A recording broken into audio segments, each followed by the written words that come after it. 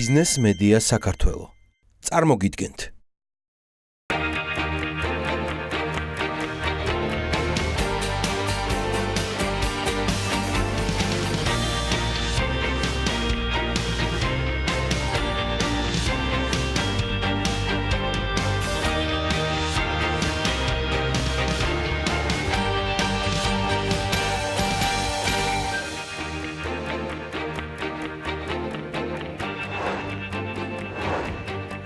ბედნიერი 19 ოქტომბრის დილა ყველას ბიზნეს მედია საქართველოს გუნდი ცხადია ტელეპიროზე იწყებს თქვენთვის მოუწყებლობას, იწყებს საქმიანად, იწყებს საქმიანი დილით და ჩემს კოლეგებთან ერთად შევეცდებით დილიდან ვიზრუნო თქვენს საქმიან განწყობაზე. იმედია ეს გამოგდის.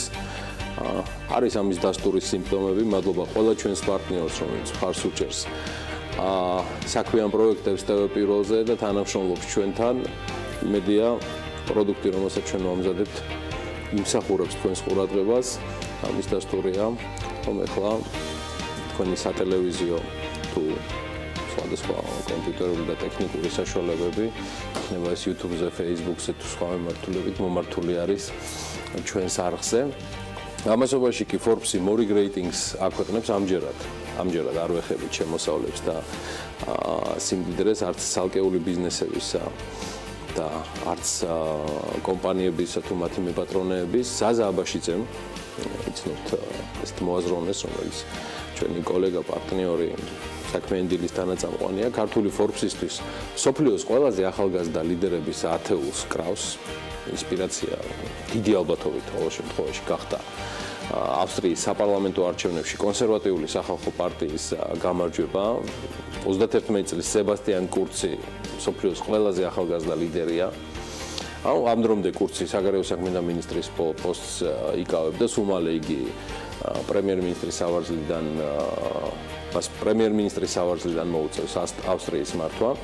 იქ თავაზობთ ახლა მსოფლიოს ყველაზე ახალგაზრდა ლიდერების ტოპ ათეულს, როგორც მოგახსენეთ, სებასტიან კურცი 31 წლის ავსტრიის პირველი პირი გახდება. მეორე ადგილზე გახლავთ ენრიკო კარატონი, იგი სან-მარინოს პირველი პირია, თუმცა სან-მარინოსთან მიმართებაში უნდა გითხრათ, რომ სან-მარინოს სახელმწიფოს ორი მეთაური ყავს, რომელსაც არჩევნების საფუძველზე ირჩევენ და ამაზე ცოტა მოგვიანებით. მესამე ადგილს იკავებს ყველასათვის დასამახსოვრებელი პერსონაჟი კიმ ჩენ ინი, იგი ჩრდილოეთ კორეის პირველი პირი გახლავთ, თუმცა აქ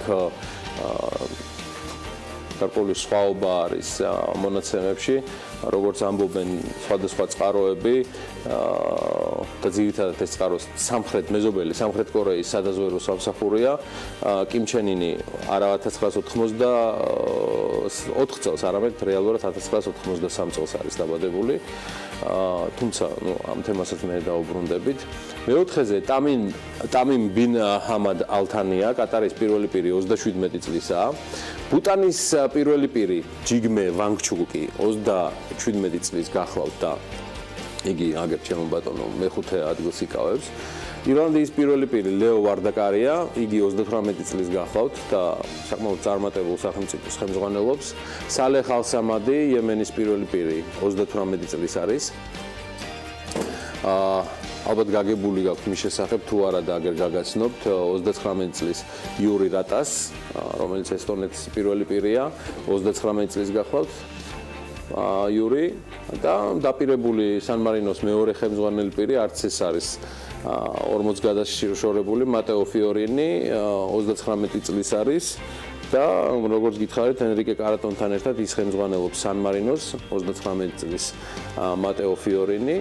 ათეულს კი კრავს ემანუელ მაკრონი, ყველაზე ცნობილი საფრანგეთის პირველი პირი, რომელიც ევროპის ერთ-ერთ აღიარებულ ლიდერადაც არის უკვე წარმოდგენილი და როგორც მოგახსენეთ, ათეული შეკრა სწორედ მან და იმის გამო, რომ იგი 29 წლის არის. ვიცი, რომ ბევრს დაწყდა გული, რომ აქ ვერ მოხდა კანადის და სხვა ქვეყნების პირველი პირები, რომელიც განსაკუთრებით ქართველი ბანოვანების სიმპათიებით სარგებლობენ, მაგრამ რა უყოთ.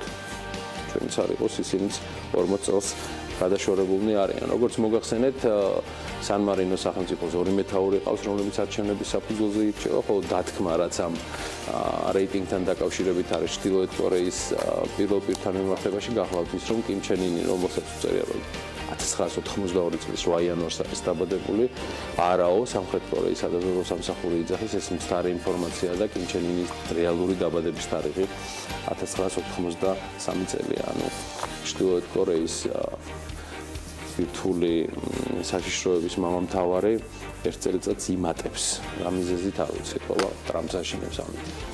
ამასობაში სავალუტო ფონდი პროგნოზს აახლებს, გუშინ დავიწყეთ ამაზე საუბარი გალდენ დაგარტის ანალიტიკოსთან ევა ბოჭორიშვილთან, საქართველოს მერცულ მოსახლეზე მთლიანი შიდა პროდუქტით აზერბაიჯანს გადაუსწრო.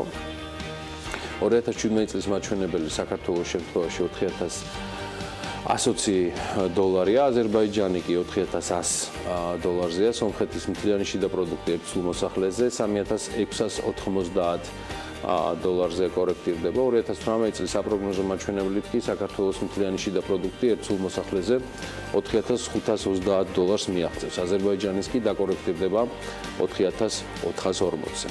სომხეთი 2018 წლისთვის სავალუტო ფონდის მონაცემებით 3850 დოლარის ფარგლებში იქნება. ქვეყნის მოსახლეობის შემოსავლის დონის გამოხატავს წლის განმავლობაში ერთი მოსახლის მიერ მიღებული საშუალო შემოსავალი, ანუ ერთ მოსახლეზე შემოსავალ სხვადასხვა ინდიკატორი ზომავენ და ყველა ამ ინდიკატორს თავისი, ასე ვთქვათ, გამოყენების არეალი აქვს. როდესაც ერთ მოსახლეზე შემოსავალ ზომავთ იმ მიზნით, რომ შემდეგ სხვადასხვა ქვეყნების მაჩვენებელი ერთმანეთს შევადაროთ, ამ დროს მყიდველობითი უნარის პარიტეტით PPP-ზეა საუბარი, დათვლილი ერთ მოსახლეზე შემოსავლის იდეაში გამოყენება ყველაზე გამართლებულია.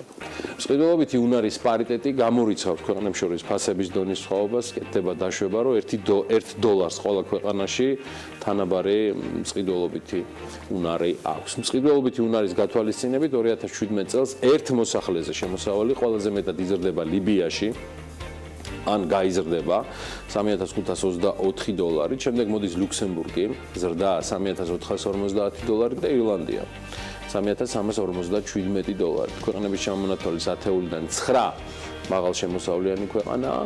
ეს კი იმაზე მიანიშნებს, რომ მიუხედავად იმისა, რომ მაღალშემოსავლიანი ქვეყნების ეკონომიკა პროცენტულად სწრაფად აღარ იზრდება, უკვე დაფიქსირებული მაღალი შემოსავლების საბაზისო ეფექტისა და მოსახლეობის კლების, ან შედარებით დაბალი ტემპით ზრდის გამო ერთ მოსახლეზე რეალური შემოსავალი ამ ქვეყნებში უფრო მეტად იზრდება, ვიდრე განვითარებად ქვეყნებში. 2017 წელს შემოსავალი ყველაზე მეტად ეკვატორულ გვინეაში შემცირდება 3120 დოლარით, შემდეგ მოდის ქუვეითი და ვენესუელა. აქ ქუვეითზე მოდის 2208 და ვენესუელაზე 1628 დოლარი. კიდევ ერთხელ ვამბობ, მართალია საერთაშორისო სავალუტო ფონდის პროგნოზით სამხრეთ კავკასიის სახელმწიფოებს შორის საქართველოს ლიდერია მთლიანი შიდა პროდუქტის ზრდის საპროგნოზო მაჩვენებლით, თუმცა ის პროექტები, რომლის განხორციელების პრეტენზიაც გვაქვს, თუმცა ბიუჯეტის ხარჯზე რთული განსახორციელებელი იქნება, მაგრამ აქ არის კიდევ ერთი დეტალი და ძალიან მნიშვნელოვანი, რომ სავალუტო ფონდი წელიწადში დაახლოებით ორჯერ აახლებს ამ მონაცემებს, ასე რომ ჩვენ კიდევ გვექნება საშუალება გადავხედოთ და შევაფასოთ, რამდენად გამართლდა, ან როგორ გადახედავს და რის საფუძველზე საერთაშორისო სავალუტო ფონდი თავის მონაცემებს. ერთ-ერთი ასეთი პროექტი, რომელზეც წეღან ვახსენე, არის Skyway.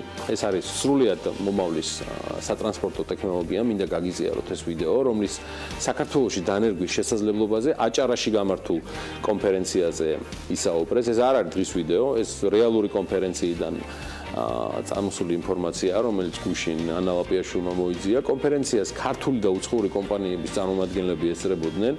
აჭარაში კონფერენციაზე შეხვედრისას განიხილეს ახალი ეკოლოგიურად სუფთა სატრანსპორტო ტექნოლოგიის საქართველოში შესაძლო დანერგვისა და მის განხორციელებაში ინვესტირების პერსპექტივები.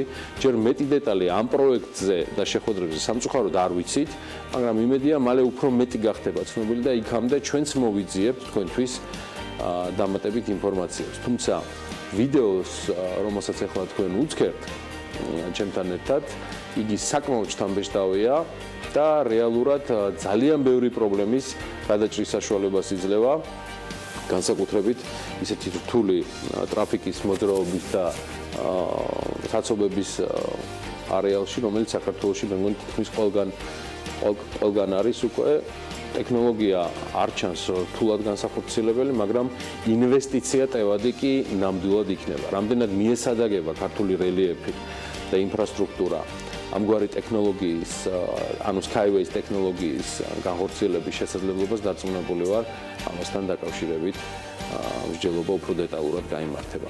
ტექნოლოგიებში შეერთებულ შტატებს ჯერჯერობით ვერ შევედრებით და ვერც გავეჯიბრებით, მაგრამ როგორც ჩანს პრობლემები ამერიკაშიც იჩენს ხოლმე თავს ტრამპის განცხადებების გათვალისწინებით კონსპირაციების მოყვარულებს, რომელსაც ტექნოლოგიებისგან ინფორმაციის თვალთ არ ჯერათ, მაგრამ ოფიციალური ინფორმაცია მინდა დაგიდასტუროთ, რომ მწვანე ბარათის გათამაშებაში მონაწილეების განაცხადები ტექნიკური პრობლემების გამო დაიკარგა. შესაბამისად 2019 წლის მწვანე ბარათის გათამაშების სარეგისტრაციო პერიოდი იწყება ხელახლა. საქართველოში ამერიკის შეერთებული შტატების საელჩოს ინფორმაციით ტექნიკური ხარვეზის გამო 2017 წლის 18 ოქტომბრამდე შევსებული ყველა აპლიკაცია გაბათილებულია. ამიტომ მსურველებმა ხელახლა უნდა შეავსონ აღნიშნული აპლიკაცია და აგერ ამონარიდეს. თუ თქვენ დარეგისტრირდით 2017 წლის 18 ოქტომბრამდე, ეს აპლიკაცია არ მიიღება და მოგიწევთ რეგისტრაციის გავლა ახალი პერიოდის განმავლობაში. თქვენ გაქვთ უფლება ახალი სარეგისტრაციო პერიოდის განმავლობაში შეავსოთ მხოლოდ ერთი აპლიკაცია, რათა არ იქნათ დისკვალიფიცირებული განმეორებითი აპლიკაციის გამო. ინდივიდები, რომლებიც ახალ სარეგისტრაციო პერიოდის განმავლობაში ერთზე მეტ აპლიკაციას შეავსებენ, იქნებიან დისკვალიფიცირებულნი. ნათქვამია საელჩოს განცხადებაში, უფრო მეტი წაიკითხეთ ჩვენს ვებგვერდზე 2019 წლის მწვანე ბარათის გათამაშებისთვის ახალი სარეგისტრაციო პერიოდი 18 ოქტომბერს საღამოს 8 საათზე დაიწყო და აქედან 22 ნოემბრის საღამოს 8 საათამდე ძალაშია და სწორედ 22 ნოემბერს დასრულდება 8 საათზე საღამოს.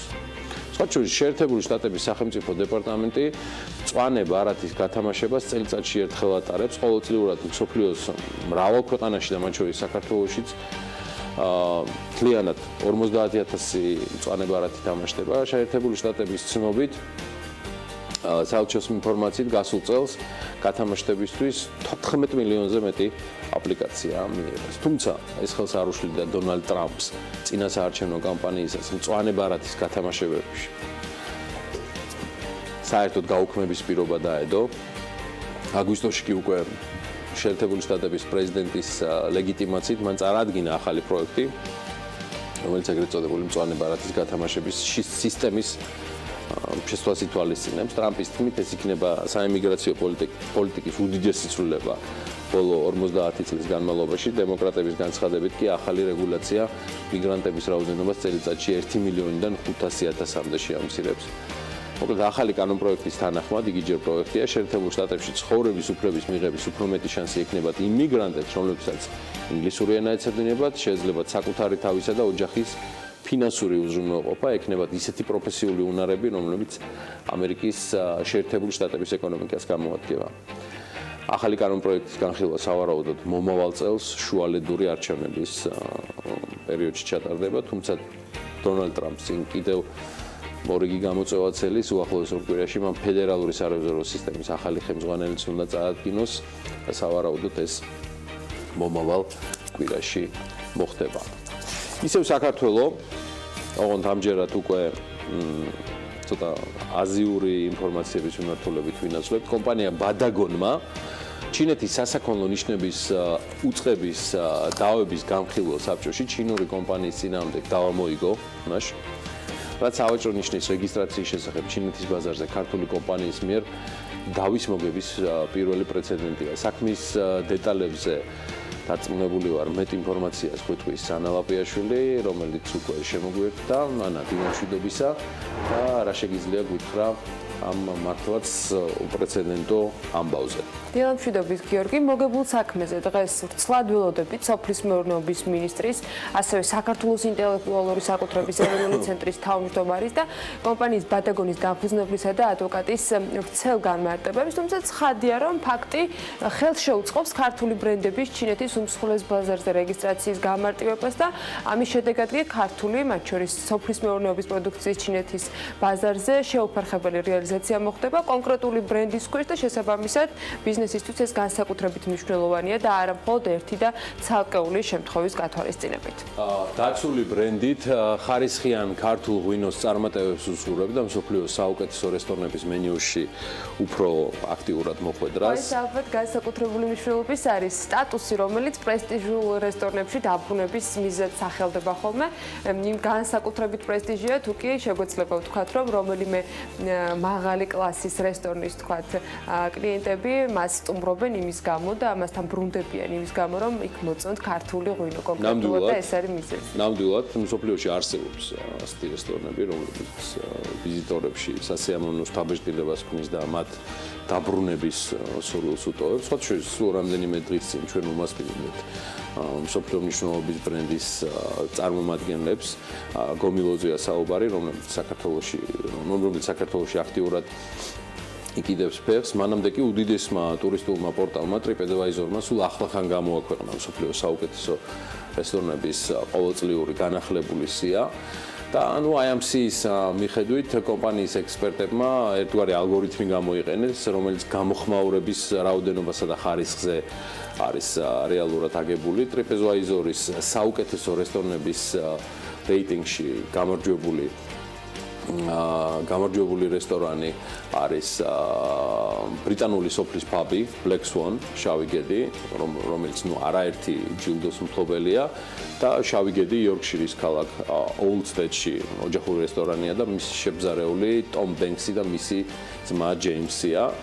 აი კიდევ ვინ მოხდა მიმდინარე წლის მსოფლიოს საუკეთესო 10 რესტორანში, რომელიც TripAdvisor-მა მოამზადა, ამას უკვე პარასკევისთვის შემოგთავაზებთ სპეციალური ჩარტით. შესაძლოა ეს ყველაფერი იყოს ჩვენი ასე ვთქვათ პროლოგის ნაწილიც. ყოველ შემთხვევაში პირველ ადგილზე Black Swan-ია და აი დანარჩენ საუკეთესო 9-ს კი დაველოდოთ. ჩვენ ასევე ველოდებით, რომ შეიძლება მეტი რეიტინგი გაკეთდეს მათ შორის ქართულ რესტორნებთან მიმართებაშიც, რომელიც იმედი მაქვს, რომ მხოლოდ და მხოლოდ ხელს შეუწყობს ქართული სარესტორნო ბიზნესის მეტად და უფრო ხარისხიანად განვითარებას. მოდი მანამდე ვნახოთ და დავინტერესდეთ რა არის საინტერესო დღევანდელ საქმიან დილაში.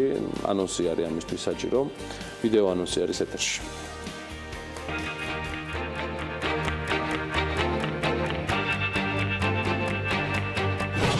18 ოქტომბერს საქმიანად ბიზნეს მედია საქართველოს გუნდის წევრებთან ერთად იწყებენ ნინო მაჭარაშვილი, ფორსეტის დირექტორი, ირაკლი კობზანაძე, პარლამენტის საფინანსო საბიუჯეტო კომიტეტის თავმჯდომარე, ხათუნა ხაზაშვილი, დაავადებათა კონტროლის ცენტრის გადამდებთ დაავადებათა დეპარტამენტის უფროსი, ნინო ზამბახიძის სტუმარი, ნიკა ონიანი, ბუქიარის გუნდის წევრი და ქეთი ებანოიძე. იმპაქტ ჰაბ თბილისის თანადამფუძნებლები იქნებიან. დილა უნდა იყოს საქმიანი და რა თქმა უნდა TV პირველზე.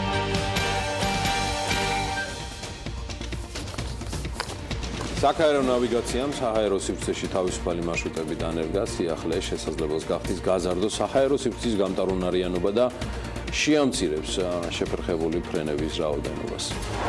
საქართველოს ბაზარზე მოქმედ ავიაკომპანიებს გზავრთ ნაკადი შეუმცირდა, თუმცა ჯამურად ახალ ავიაკომპანიების ხარჯზე გადამზიდავების მიერ გადაყვანილი მგზავრების ოდენობა გაზრდილია.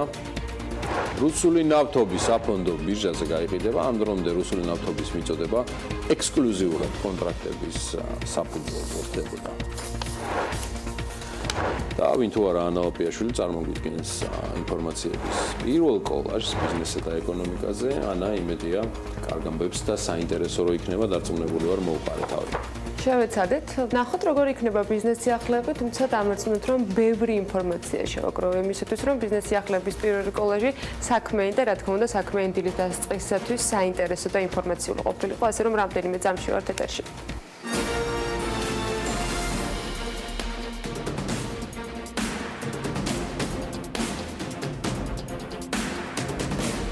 საჰაერო ნავიგაციამ საჰაერო სივრცეში თავისუფალი მარშრუტები დანერგა. უწყების ინფორმაციით, თავისუფალი მარშრუტების კონცეფცია გულისხმობს ფრენებს შემოსulis წერტილიდან პირდაპირ ტრაექტორიით გასulis წერტილზე, რომელიც გამოქვეყნებულია საქართველოს საეროვნაოსნო კრებულში. საჰაერო ნავიგაციაში დადებით გავლენაზეც აკეთებენ აქცენტს, რასაც თავისუფალი მარშრუტების დანერგვა მოუტანს ქვეყანას და მთლიანად ევროპის რეგიონს. როგორც ისინი აღნიშნავენ, გაიზრდება საჰაერო სივრცის გამტარუნარიანობა და შემცირდება შეფერხებული ფრენების ოდენობა. დაიზოგება სანავიგაციო მომსახურების საზღაურები საჰაერო სივრცის მომხმარებლებისათვის და ასევე საშუალება მიეცემათ ავიაკომპანიებს შეარჩიონ უმოკლესი მარშრუტი და დაზოგონ საწვავი. 10%-ით შემცირდება ასევე საჰაერო მიმოსვლის შედეგად გამოწვეულ მავნე ზემოქმედება გარემოზე და ის აამაღლებს ფრენების უსაფრთხოების დონეს, რაც მომავალი გამოწვევების შესაბამისად იქნება მათთვის ხელსაყრელი. იმედია ეს ყველაფერი ფასებზეც აისახება, რა თქმა უნდა, ფრენის ბილეთის ფასს გულისხმობ, აი რაც შეეხება დღეს არსებულ ვითარებას, საქართველოს ავიაციის ლიდერი კომპანია კვლავ თურქული ავიაგადამზიდავი Turkish Airlines-ია, რომელსაც 2017 წლის იანვარ-სექტემბრის მონაცემებით ბაზრის 11% წილი უკავია. სტატისტიკური ინფორმაციის მიხედვით რეგულარული რეისებით გადაყვანილი მგზავრების ოდენობით სწორედ Turkish Airlines-ი პირველი ნომერია და ის 9 თვის განმავლობაში 350,706 მგზავრს მოემსახურა. საავიაციო ბაზრის მეორე ავიაკომპანიად კი ქართული ავიაგადამზიდავი Georgian Airways-ი სახელდება, რომელსაც 9 თვის მონაცემებით ბაზრის 10%-იანი წილი ეკუთვნის. იანვარ-სექტემბერში გადაყვანილი მგზავრთნაკადის მიხედვით საქართველოს ავიაბაზრის 8%-ს უნგრული low-coster-ი Wizz-ი ფლობს, უკრაინულ ავიაკომპანია Ukraine International Airlines კი ბაზრის 7% უკავია. გასული წლის იანვარ-სექტემბრის მონაცემებით Turkish Airlines-ი ბაზრის 16%-ს ფლობდა, ანუ მიმდინარე წლისათვის მისი წილი 3%-ით არის შემცირებული. გასული 9 თვის განმავლობაში კი მგზავრთნაკადის გადაყვანის მიხედვით ბაზრის მეორე ავიაკომპანია Fly Ukraine სახელდება, რომელიც ბაზრის 10%-ის ფლობელი იყო და შესაბამისად კლება მიმდინარე მაჩვენებელთან შედარებით აქაც 3% შეადგინა. სტატისტიკური მაჩვენებლების გათვალისწინებით კი ეს იმას არ ნიშნავს, რომ ამ ავიაკომპანიებს გასულ წელთან შედარებით მგზავრთნაკადი შეუმცირდათ. უბრალოდ ბოლო რამდენიმე თვის განმავლობაში საქართველოს ავიაბაზარზე რამდენიმე ახალი ავიაკომპანიაა შემოსული, რაც მგზავრთნაკადის ზრდას ნიშნავს. შესაბამისად, ქართული ავიაბაზრის წილობრივი მაჩვენებელი უბრალოდ დაკორექტირებულია. თბილისში ნუზნაძის ქუჩაზე სასტუმროს აშენების პირობით უძრავი ქონება იყიდება. სახელმწიფო ქონების ეროვნულმა სააგენტომ 2796 კვადრატული მეტრი მიწის ნაკვეთი და შენობები გამოიტანა, რომლის საწყისი ფასიც 1,740,000 ლარია, ბიჭი კი 10,000 ლარიანი. მყიდველმა საპრივატიზებო თანხის გარდა 900,000 ლარი საქართველოს ეროვნული მუზეუმის სასარგებლოდ უნდა გადარიცხოს. გადაცემულ ქონებაზე კი 48 თვეში 120 ნომრის მქონე სასტუმრო უნდა გაიხსნას, რაშიც არანაკლებ 6,5 მილიონი დოლარის ინვესტიცია უნდა ჩაიდოს. აუქციონი 30 ნოემბერს დასრულდება. მთავრობის გადაწყვეტილებით თელავის მუნიციპალიტეტში სოფელ ნაფარეულში მდებარე 420 კვადრატული მეტრი ფართობის არასასოფლო სამეურნეო დანიშნულების მიწის ნაკვეთი პირდაპირ მიყიდვის ფორმით 6450 ლარად საკუთრებაში ლოპოტას გადაეცა. უძრავი ქონების საპრივატიზებო პირობების თანახმად ლოპოტამ საპრივატიზებო თანხა ხელშეკრულების გაფორმებიდან 1 თვის ვადაში უნდა დაფაროს. 12 თვეში კი 25,000 ლარის ოდენობის ფულადი კომპენსაცია ეროვნული სატყეო სააგენტოს ანგარიშზე უნდა გადარიცხოს. ასევე ლოპოტას 12 თვის ვადაში უძრავი ქონების განვითარების ვალდებულებაც ეკისრება, რისთვისაც არანაკლებ 1,4 ლარის ინვესტიცია უნდა განახორციელოს. გარდა ამისა, კომპანია ვალდებულია უძრავი ქონების არანაკლებ 75% ფართობზე არსებული მერქნიანი მცენარეები შეინარჩუნოს და შეფასე ლოპოტას 62,2%, ასევე ლოპოტა ინვესტმენტის საკუთრებაა, ხოლო დანარჩენს თითქმის 38%-ს და აღნიშნოთ, რომ საპარტნიორო ფონდი ფლობს.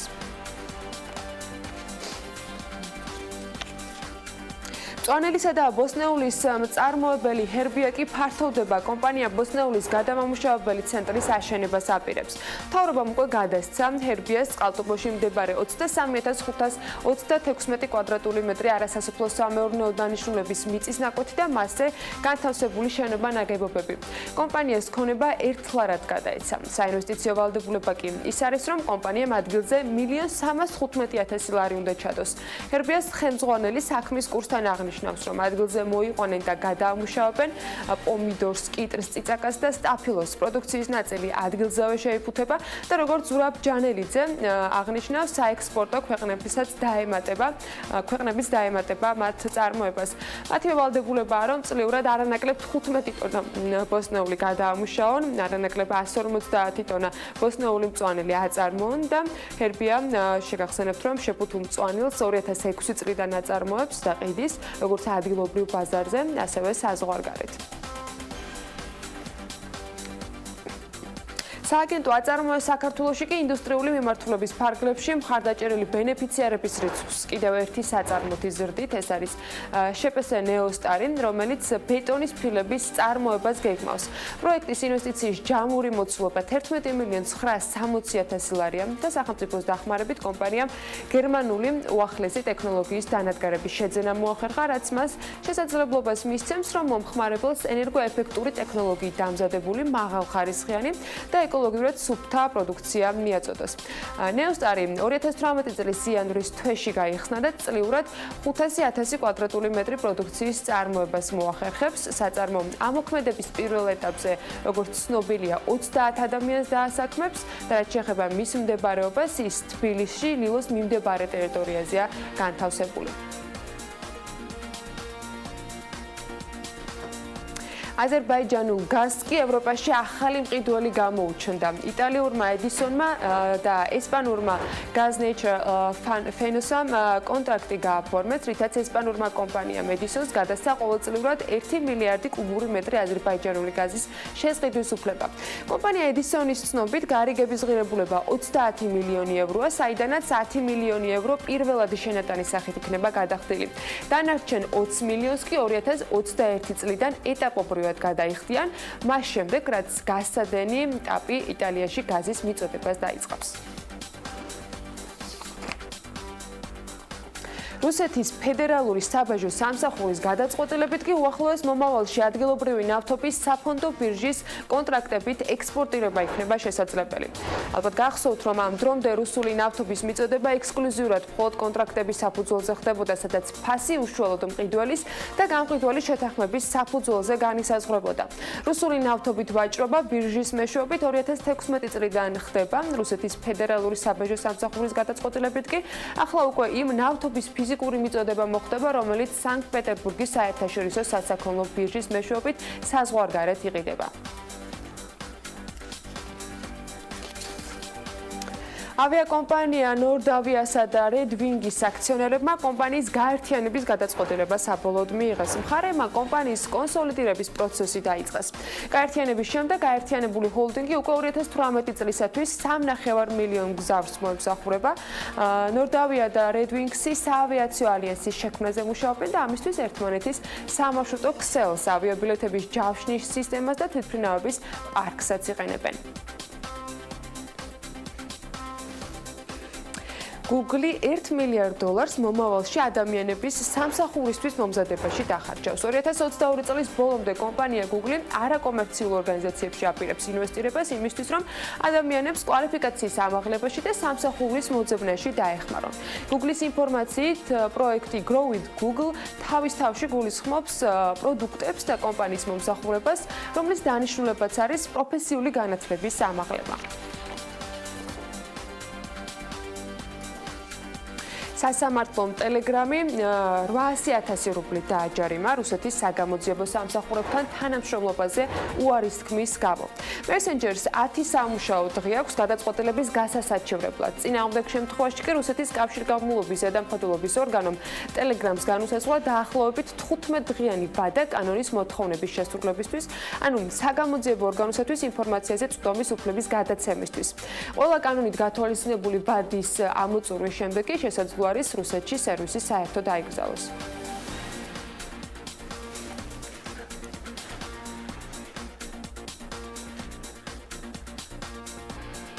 ესეთი ამბები გვაქვს სამეზობლოში, არ ვიცი რა ბედი ეწევა ტელეგრამს, თუმცა საქართველოში მის სარგებლობა სრულიად თავისუფალია.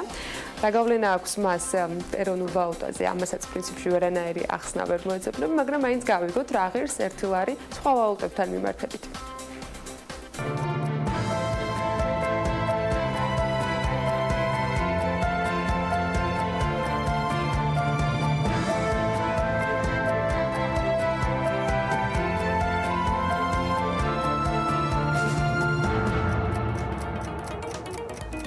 2 ლარის და 48 თეთრის ფარლებში იმპორტირებს კვლავ დოლარი. ევროს ღირებულებამ 2 ლარი და 92 თეთრი შეადგინა, გაუფასურებულია თურქული ლირა 67 თეთრამდე და ფუნტ სტერლინგის ფასი კვლავ 3 ლარი და 28 თეთრია. კერძო კომერციული ბანკების სიახლეებიდან არის ის ამბავი, რომ საქართველოს ბანკის მართლმსაჯულს ვასილ ხოდელი შეუერთდა, მან გენერალური დირექტორის მოადგილის პოსტი დაიკავა და კურირებას კორპორაციულ და საინვესტიციო საბანკო საქმიანობას გაუწევს. ხოდელი აქამდე ბანკის მხოლოდ კორპორაციულ საბანკო მომსახურების დეპარტამენტს ხელმძღვანელობდა. ამ ცვლილებით ქვეყნის წამყვანი ბანკის გენერალური დირექტორს კახა კიკნაველიძეს შენხარჩევი ბატონი უკვე 7 მოადგილე ხავს.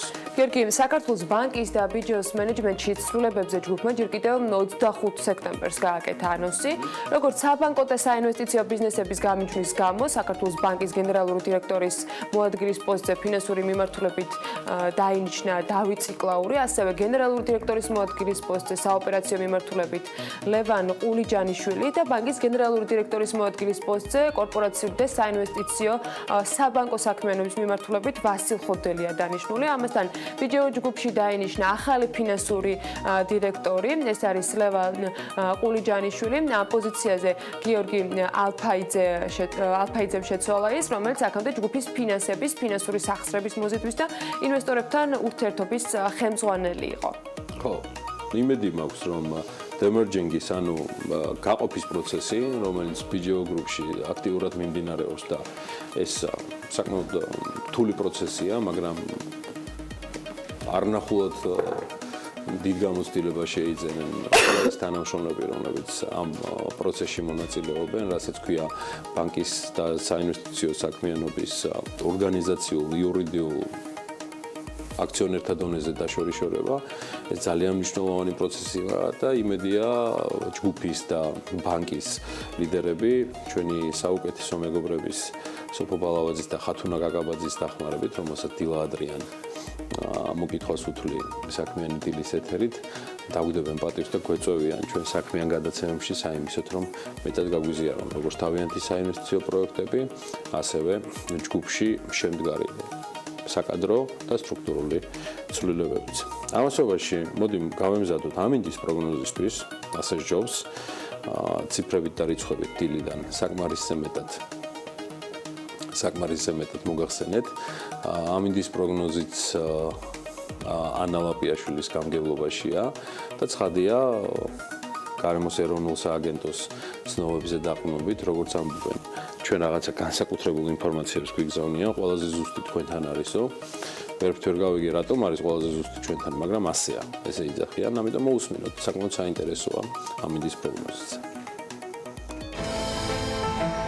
ამინდის პროგნოზის სპონსორია SEU Development. გარემოს ეროვნული სააგენტო იტყობინება, რომ დღეს შედარებით უკეთესი ამინდი იქნება მთელი საქართველოს მასშტაბით, უმეტესად უნალექოთ ჩაევრის დღე თითქმის ყველა ქალაქში.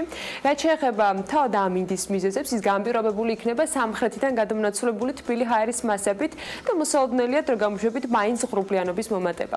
დასავლეთ საქართველოში დღის პირველ ნახევარში ზოგან იწვიმებს, აღმოსავლეთ საქართველოში კი უმეტესად უნალექო დღე იქნება და იქროლებს მხოლოდ დასავლეთის მიმართულების ქარი. სოხუმში 20 გრადუსი იქნება, ბათუმში დღის პირველ ნახევარში მცირე წვიმა და 20 გრადუსია მოსალოდნელი, ისევე როგორც ქობულეთში. რაც შეეხება ქუთაისს, აქაც დღის პირველ ნახევარში მცირე წვიმა ანავარაუდები, თუმცა 21 გრადუსი დაფიქსირდება, ზუგდიდშიც 21 გრადუსი იქნება, მაგრამ აქ უმეტესად უნალექოთ ჩაევრის დღე. ოზურგეთში დღის დასაწყისში იწვიმებს და 21 გრადუსი იქნება, ონში უნალექო დღე ანავარაუდები და 18 გრადუსი დაფიქსირდება, ისევე როგორც გორში. ცხინვალში 17 გრადუსი ანავარაუდები, მარნეულში 21 გრადუსი და რუსთავშიც 21 გრადუსი იქნება, ნახალციხეში 17 გრადუსი იქნება დღის განმავლობაში მაქსიმალური ტემპერატურა, ისევე როგორც ბორჯომში, ბაკურიაში კი 10 გრადუსს მიაღწევს მხოლოდ სითბოს მაჩვენებელი და ხოთაშორის ახალქალაქშიც ანალოგიურად უნალექო დღე ანავარაუდები და მაქსიმუმ 10 გრადუსი დაფიქსირდება. სტეფანწმინდაში 7 გრადუსია მოსალოდნელი, თოვრი ყოველ შემთხვევაში აღარ არის. თელავში 20 გრადუსი იქნება და აქაც უნალექოთ ჩაევრის დღე და თბილისში დრო გამოშვებით ღრუბლიანობას ველოდებით, თუმცა ნუ მეტესად უნალექო დღე არის დღევანდელი დღე. იქროლებს დასავლეთის მიმართულების ქარი და მაქსიმალური ტემპერატურა 21 გრადუსი იქნება. აი ამ ყოველი ამინდის პროგნოზის შემდეგ სულ ფიქრობ რა გავაკეთოთ ხოლმე ეთერში. იყოს რაღაცა მუსიკა ამინდის შესაბამისი, ნუ ამას დაჭირდება ალბათ რამდენი 25-27 მუსიკის შერჩევა. ხო? თვის განმავლობაში ან რაღაცა საქმიანი ანიმაციის ან მულტფილმების სერია ხო არ მოვიფიქროთ ჩვენი პატარებისთვის, რომლებიც ახლა ეს ბოლო წუთის სამზადიში არიან, ვიდრე წავლენ სკოლებში და ბაღებში, ხო? მოკლედ რაღაცები მოსაფიქრებელია, ფაქტია, რომ ეს ყველაფერი უდმივად სვლადია, როგორც სვლადია ჩვენი ფორმატები და ახალი პროექტები, რომელსაც შემოგთავაზებთ მთელი წლის განმავლობაში. გავიდეთ რეკლამაზე. ყველაფერი იმისთვის, რაც მე ვისაუბრე, შემოსავლებია საჭირო. მადლობა ყველა ჩვენს პარტნიორს, რომელიც გვერდში უდგას თავდაპირველს და ჩვენს გადაცემებს დაგიფასდებათ. რეკლამა თავდაპირველის ეთერში.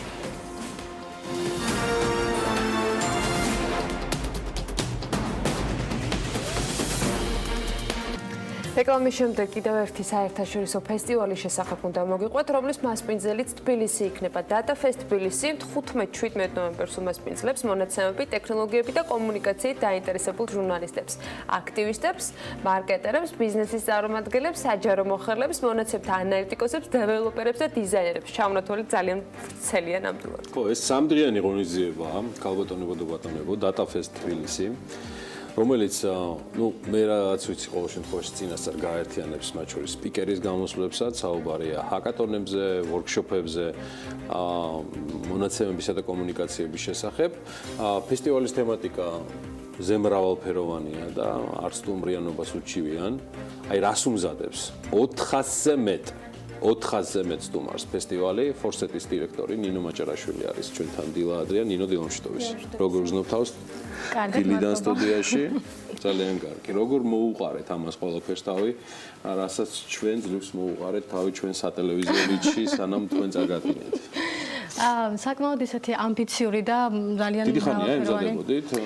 სხვადასხვა ბოლოს თქვენთან სტუმრად ვიყავი, პირველად უბრალოდ თქვენთან სტუმრად ვიყავი იანვარში, როცა მონაცემთა ვიზუალიზაციის ჰაკათონი გავაკეთეთ და მაშინ ამ სტუდიაში ვამბობდი, რომ მომავალი ჩვენი გეგმა იყო, რომ გავაკეთებით უფრო საერთაშორისო და უფრო მასშტაბურ ღონისძიებას. სიმართლე გითხრათ, მაშინ არ მეგონა, რომ ასე მალე მომიწევდა თქვენთან უკან დაბრუნება ასეთი მასშტაბური ღონისძიებით, თუმცა თებერვლიდან უკვე დავიწყეთ ამ იდეაზე მუშაობა და გაგვიმართლა იმაში, რომ გუნდი შევიკარით, ვიპოვეთ პარტნიორები, ადამიანები, ვისაც ჯეროდათ აი ამ იდეის და უკვე ნოემბერში 8 თვის შემდეგ ჩვენი ბოლო შეხვედრიდან აი ამ ღონისძიებას უმასპინძლებთ თბილისში.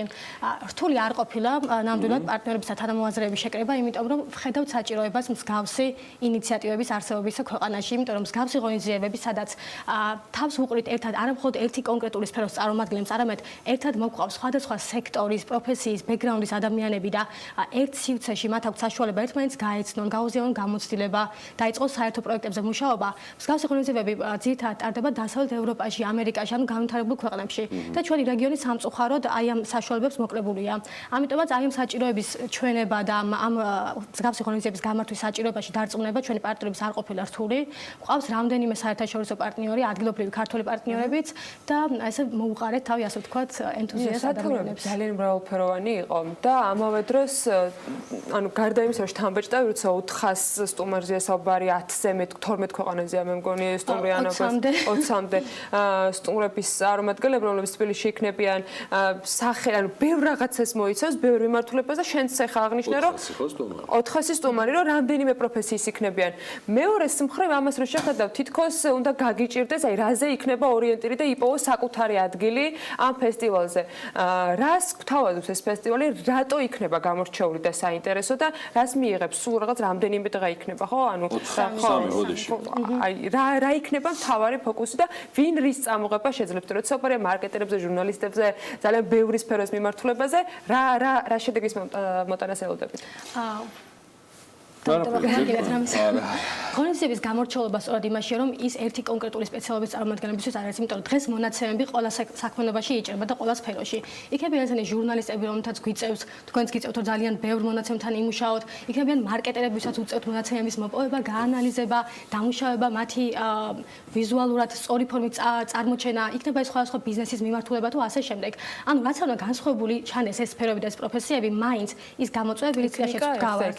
არის ერთ და იგივე. და ამიტომაც არის მნიშვნელოვანი, რომ ძალიან ხშირად რასაც ჩვენ ხედავთ ხოლმე პრობლემა და არის ის, რომ სხვადასხვა პროფესიის ადამიანები ძალიან განცალკევებულად ცდილობენ, რომ მსგავსი პრობლემები გადაჭრან. ჩვენ მაგის ასე ვთქვათ, გამოსწორება გვინდა და გვინდა რომ ისინი მათ ერთად მოუყაროთ თავი და ის პრობლემები, რაზეც სხვადასხვა პროფესიის წარმომადგენლები სხვანაირად მუშაობენ, ერთმანეთს გავუზიაროთ და იქნებ ერთად უფრო კარგი გამოსავალი მოვნახოთ. იქნებიან ის წყაროები, ვინც ამ გაზიარების ნაწილში იქნებიან აქტიურად ჩართულები, რა თქმა უნდა, ინტერაქცია დარწმუნებული ვარ, რომ იქნება ერთ-ერთი კომპონენტი, მაგრამ აუცილებელი არის სპიკერები, რომლებიც შედარებით ვთქვათ უკვე ხო, ვინ ყავთ მოწვეულები და რა სფეროდან იქნებიან ძირითადად. ანუ ჯერ ღონისძიების ფორმატზე გეტყვით, მოკლედ ეს არის სამდღიანი ღონისძიება, პირველი დღე იქნება მოკლე გამოსვლები, 15-20 წუთიანი TEDx-ის ტიპის შთამაგონებელი გამოსვლები, ასე ვთქვათ, სადაც 20 ბევრი არ არის? არ არის ბევრი. ასე ვთქვათ, თავიანთი თემა რომ თლიან დაფარონ. დაახლოებით 20 სპიკერი პირველი დღის განმავლობაში თავისი გამოსვლების შესახებ ესაუბრება დამსწრეებს და მეორე და მესამე დღეს უკვე სიღრმისეულად ხდება ვორქშოპების უფრო ხანგრძლივი საათნახევრიანი ვორქშოპების ჩატარება, არის ასევე პრაქტიკული დავალებები, ჰაკათონი, მინი ჰაკათონი, სადაც ეს ადამიანები, ვინც პირველ დღეს შთაგონება მიიღეს სხვადასხვა სპიკერებისგან, უკვე პრაქტიკულად აკეთებენ იმ ყველაფერს, რაზეც სპიკერები საუბრობენ და უკვე იღებენ გამოცდილებას თუ როგორ შეიძლება გადაიტანონ ეს თეორიული ცოდნა მათ ყოველდღიურ პრაქტიკულ საქმიანობაში. სპიკერებს რაც შეეხებათ, ამ ეტაპზე გვყავს 40-მდე სპიკერი და ტრენერი, რომლებიც ჩამოდიან 20 სხვადასხვა ქვეყნიდან, რამდენიმე გვყავს საქართველოდანაც, ძალიან ვამაყობთ რომ არიან. გამორჩეულები გვყავს მაგალითად Facebook-ის მონაცემთა მეცნიერი, რომელიც იმაზე მოგუყვება თუ როგორ ამუშავებს მონაცემებს Facebook-ი, გვყავს CNN-დან რედაქტორი, გვყავს ასევე პოლიტიკური კონსულტანტი ამერიკიდან, რომელიც გვესაუბრება იმაზე თუ როგორ მოხდა სოციალური მედიის მონაცემების გამოყენება არჩევნებში და მისი შედეგების განსაზღვრაში, ასე ვთქვათ. გვყავს ასევე ტრამპის მაგალითის განხილვას კი, ნამდვილად. და ძალიან ბევრი საინტერესო თემა გვექნება. კუშნერის გუნდიდან ჩამოვალთ ახლა ეთქვა. მაგარია. დასწრება ნებისმიერ შეუულია? ბილეთებს ვყიდით ღონისძიებაზე. ესეც ცოტა ესეთი სარისკო წამოწყება იყო, ასე ვთქვათ, იმიტომ რომ საქართველოში არ ვართ სამწუხაროდ მიჩვეულები, რომ მსგავს ღონისძიებებში ვიხდით, ფულს, იმიტომ რომ განებივრებულები ვართ. მსგავს ღონისძიებებში მონაწილეობასთან დაკავშირებით გვაქვს რაღაც წინაპრები? ნუ ეგეც მართალია, თუმცა გვინდა რომ შეიცვალოს ეს პრაქტიკაც. ძალიან სიმბოლური ფასია რეალურად 100 ლარი სამდღიანი ღონისძიებისთვის, რაშიც შედის ყვება, ავტორპარტები და ასე შემდეგ. ღონისძიების მასშტაბურობიდან გამომდინარე ძალიან შეზღუდულები ვიყავით ადგილის შესარჩევად და ამ ეტაპზე თავისუფალი უნივერსიტეტის კახაბენდუქეთის სახელობის კამპუსი იქნება ჩვენი მასპინძელი, სადაც ყველაფერი გაიმართება 5-6 პარალელური ვორქშოპი მეორე და მესამე დღეს ჰაკათონი და პირველ დღეს მათი დიდი, ასე ვთქვათ, დარბაზი უმასპინძლებს ამ გამოსვლებს. სამდღიანი ღონისძიების 400-კაციანი დასწრებით, ამ ხელა სპიკერებით საუბარი 7-8 წუთში მოახერხე და ამიტომ შემექმნა შტაბ-ბიჭდილება, რომ თუ TEDx-ი მithumetes თუ TEDx-ის ფორმატი არის, თორე წარმატებები ფორსეტის დირექტორი ნინო მაჭარაშვილი იყო ჩვენთან ერთად. ძალიან კარგი ერა მტარდება და აუცილებლად დაესწარით ამას ყველანი, იმიტომ რომ 3 დღის განმავლობაში მართლა უნიკალური საშუალებაა. მათთვის ვისაც გაინტერესებს სპიკერებზე ნინო მისაუბრა და მე მგონი პალიტრა ისეთი მრავალფეროვანია, რომ ასარჩევად გექნება საქმე.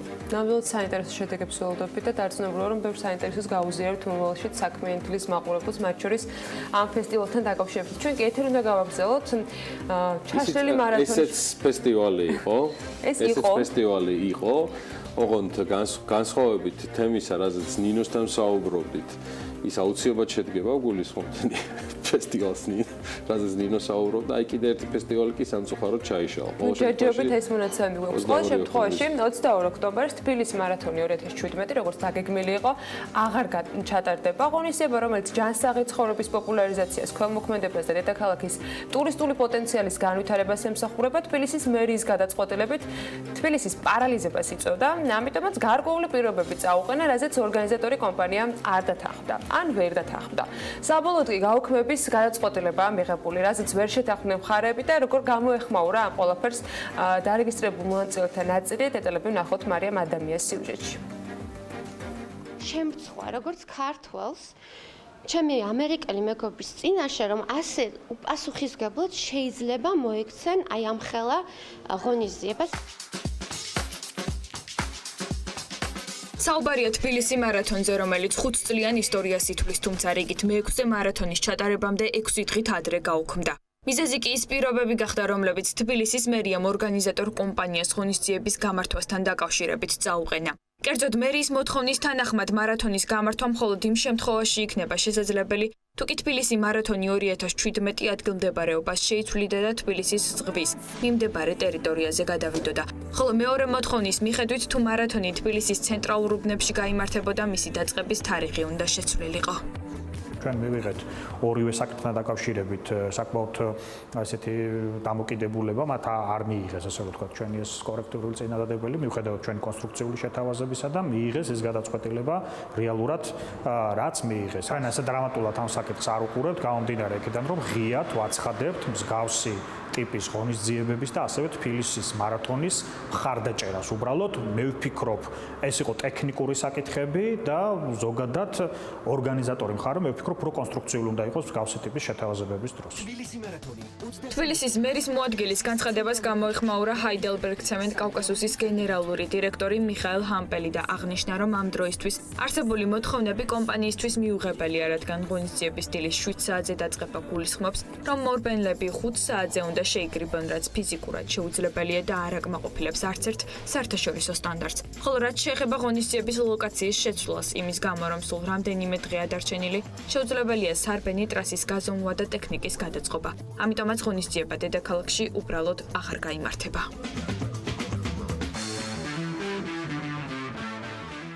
მე ნამდვილად არ მესმის თუ რა მოხდა, თუმცა დაახლოებით 10 დღის წინ მერიაში განგვიცხადეს, რომ მარათონი დაგეგმილ დროს კვირას დილის 10 საათზე ვერ ჩატარდებოდა.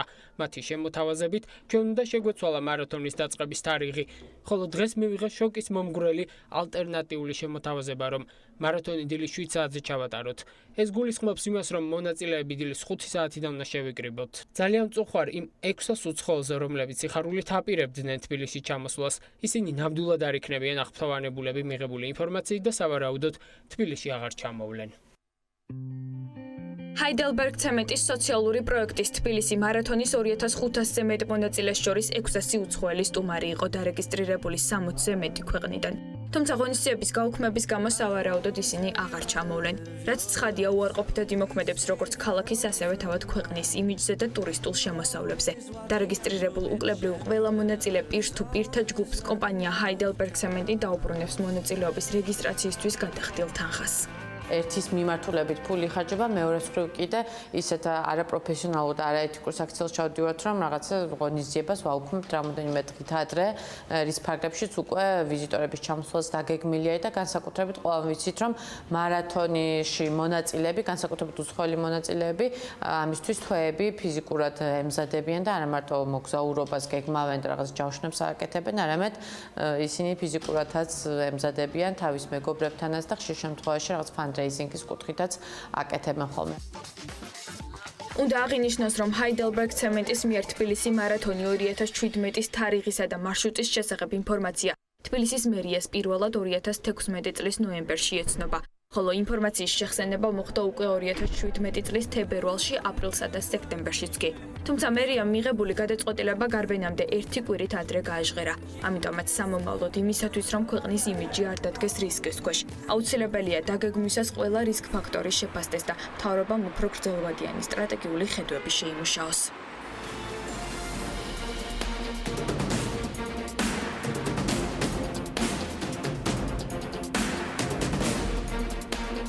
ქართული არხების საკაბელო ტელევიზიების ნაწილმა შესაძლოა სამუდამოდ გათიშონ მედია რაიტ ჯორჯიასა და საკაბელოებს შორის მოლაპარაკებების ახალი ეტაპი უნდა დაიწყოს.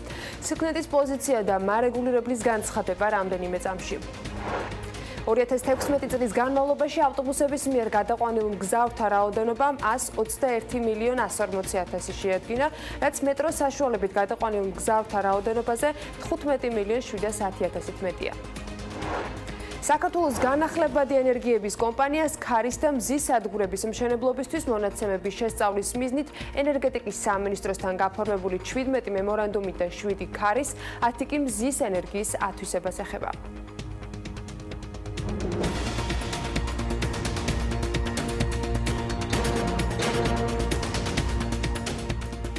ბიზნესი ახლებით ერთ-ერთი ქართული არხების საკაბელო ტელევიზიების ნაწილმა შესაძლოა სამუდამოდ გათიშონ. ამის შესახებ საქართველოს საკაბელო ტელევიზიების კავშირის აღმასრულებელმა დირექტორმა განაცხადა. მან არხების შესაძლო გათიშვა 1 დეკემბრიდან დაანონსა.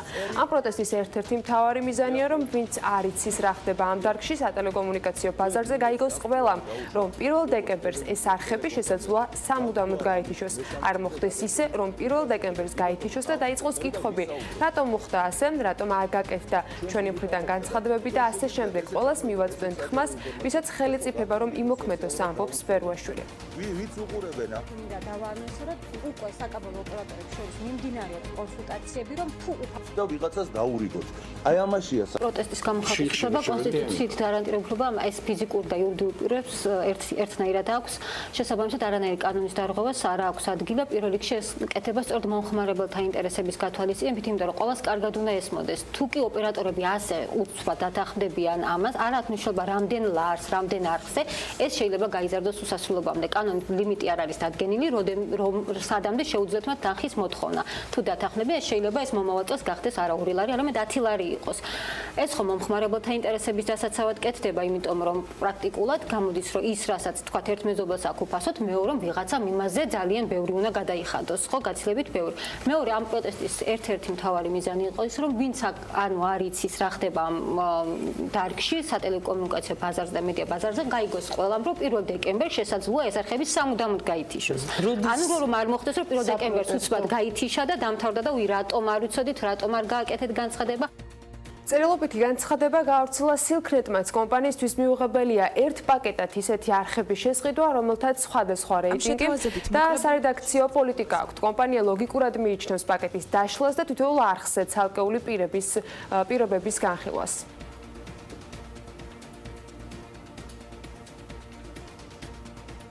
ამ შეთავაზებით მოკლებული ვართ შესაძლებლობას მივიღოთ გადაწყვეტილება თითოეულ არხზე ინდივიდუალურად და მომხმარებლის ინტერესის გათვალისწინებით, რაც ეწინააღმდეგება ჯანსაღი და სამართლიანი კონკურენციის ბიზნეს პრინციპს. შესაბამისად, 6 არხის ერთიან ტრანზიტზე გადასახადთან დაკავშირებით საუბარი მიუღებელია. თუმცა ლოგიკურად მივიჩნევთ პაკეტის დაშლას და თითოეულ არხზე ცალკეული პირობების განხილვას, რაზეც არაერთხელ ვაცნობეთ მაუწყებელთა წარმომადგენელს მედია რაიტს ჯორჯიას წერილობით. ჩვენ ვიმოქმედებთ კანონიდან გამომდინარე და ვთვლით, რომ თუ მოლაპარაკებების სწორად წარიმართება, შევძლებთ მივიღოთ ის გადაწყვეტილება, რომელიც მისაღები იქნება როგორც ჩვენი მომხმარებლისთვის, ისე ბიზნესისთვის. საქართველოს კომუნიკაციების ეროვნული კომისია კი მაუწყებლობის ტრანზიტზე ავტორიზებულ პირებს იმ წერილს ახსენებს, რომლითაც მათ ერთხელ გაფრთხილების სახით უკვე მიმართა. კომისიის განმარტებით, ვიდრე მაუწყებლობის ტრანზიტის მომსახურების მიმწოდებელი საკუთარი ინიციატივით მომხმარებელს მომსახურება შეუწყვეტს, მას ამის შესახებ 10 სამუშაო დღით ადრე უნდა მისცეს გაფრთხილება. გარდა ამისა, კომისიის წერილში აღნიშნულია, რომ თუ ლიცენზირებული პირის მაუწყებლობა ხელმისაწვდომია საქართველოს მოსახლეობის არანაკლებ 20%-ისათვის, მას უფლება აქვს სიგნალის ტრანზიტისათვის ავტორიზებული პირისგან ანაზღაურება მოითხოვოს. ხელშეკრულების გაფორმებამდე კი მხარეებმა მოლაპარაკებები კეთილსინდისერად უნდა წარმართონ. პარლამენტის საბიუჯეტო ოფისი მომავალ წელს 4,9%-იან ეკონომიკურ ზრდას ელოდება. ამის შესახებ ოფისის ხელმძღვანელმა თათია ხითაგურმა საქმის კურსში განაცხადა. მისი განმარტებით ამ პროგნოზის საფუძველს სხვა ეკონომიკურ ფაქტორებთან ერთად დაგეგმილი კაპიტალური ხარჯების ზრდის დონე იძლევა. მთავრობა 2018 წელს 4,9%-იან ეკონომიკურ ზრდას ვარაუდობს. პროგნოზი ასახავს მოსაუდნელ ტენდენციებს, რომელიც ეხება ერთი მხრივ სავაჭრო პარტნიორი ქვეყნების მოსაუდნელ ეკონომიკურ განვითარებას და მეორე მხრივ შიდა პოლიტიკას და ასევე ეყრდნობა მთავრობის ფისკალურ პოლიტიკას.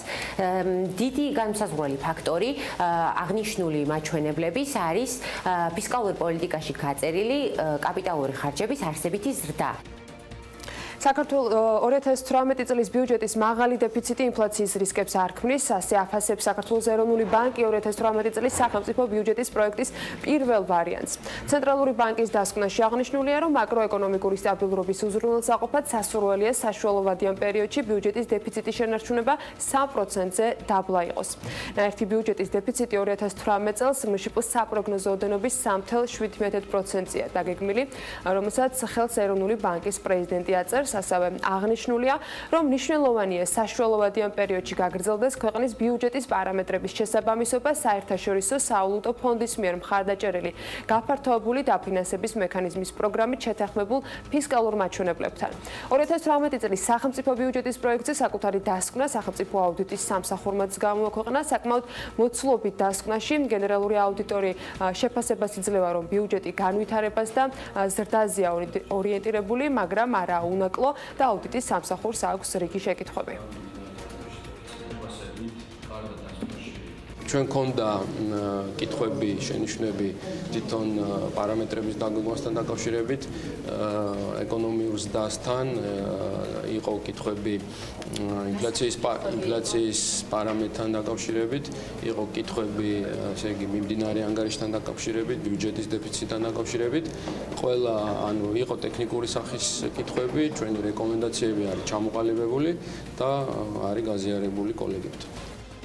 საქართველოს განახლებადი ენერგიების კომპანიას ქარის და მზის სადგურების მშენებლობისთვის მონაცემების შესწავლის მიზნით ენერგეტიკის სამინისტროსთან 17 მემორანდუმი აქვს გაფორმებული, საიდანაც 7 ქარის, 10 კი მზის ენერგიის ათვისებას ეხება. კომპანიის დირექტორის მოადგილემ გიორგი ბეჟუაშვილმა საქმის კურსთან აღნიშნა, რომ გენერაციის ამ ობიექტებისათვის 1 მეგავატი დადგმული სიმძლავრის მიღება დაახლოებით $1,100,000 დაჯდება. რაც შეეხება გარანტირებული შესყიდვის პირობებს, კომპანია შეეცდება, რომ ენერგეტიკის სამინისტროს მიერ დადგენილი პირობების დაცვით პროექტები კონკურენტუნარიანი იყოს. სახელმწიფო ახალი სადგურების ელექტროენერგიას წელიწადში 8 თვე და 1 კილოვატ-საათს მაქსიმუმ 6 ცენტად შეიზღიდის.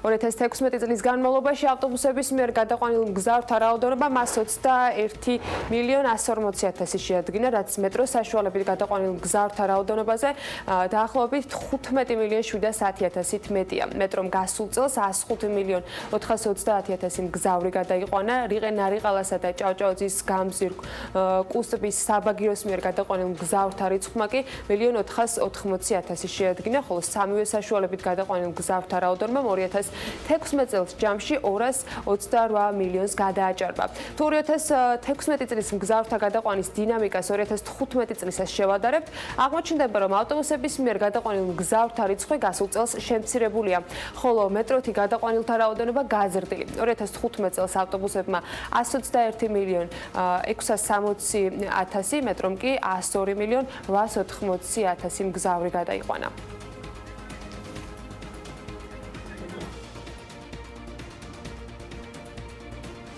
გასულ წელს შეპასე თბილისის სატრანსპორტო კომპანიის ძირითადი საქმიანობიდან მიღებულმა შემოსავალმა კი ამ ყველაფრიდან გამომდინარე შეადგინა 113,260,000 ლარი. ამის შესახებ ინფორმაცია თავად კომპანიის 2016 წლის ფინანსურ ანგარიშებშია მოცემული. მთლიანი შემოსავლებიდან მიწისქვეშა ელექტროტრანსპორტის საქმიანობით მიღებული შემოსავალი 51,780,000 ლარია. ავტობუსების საქმიანობის შედეგად მიღებული შემოსავალი კი 60 მილიონ ლარს უტოლდება.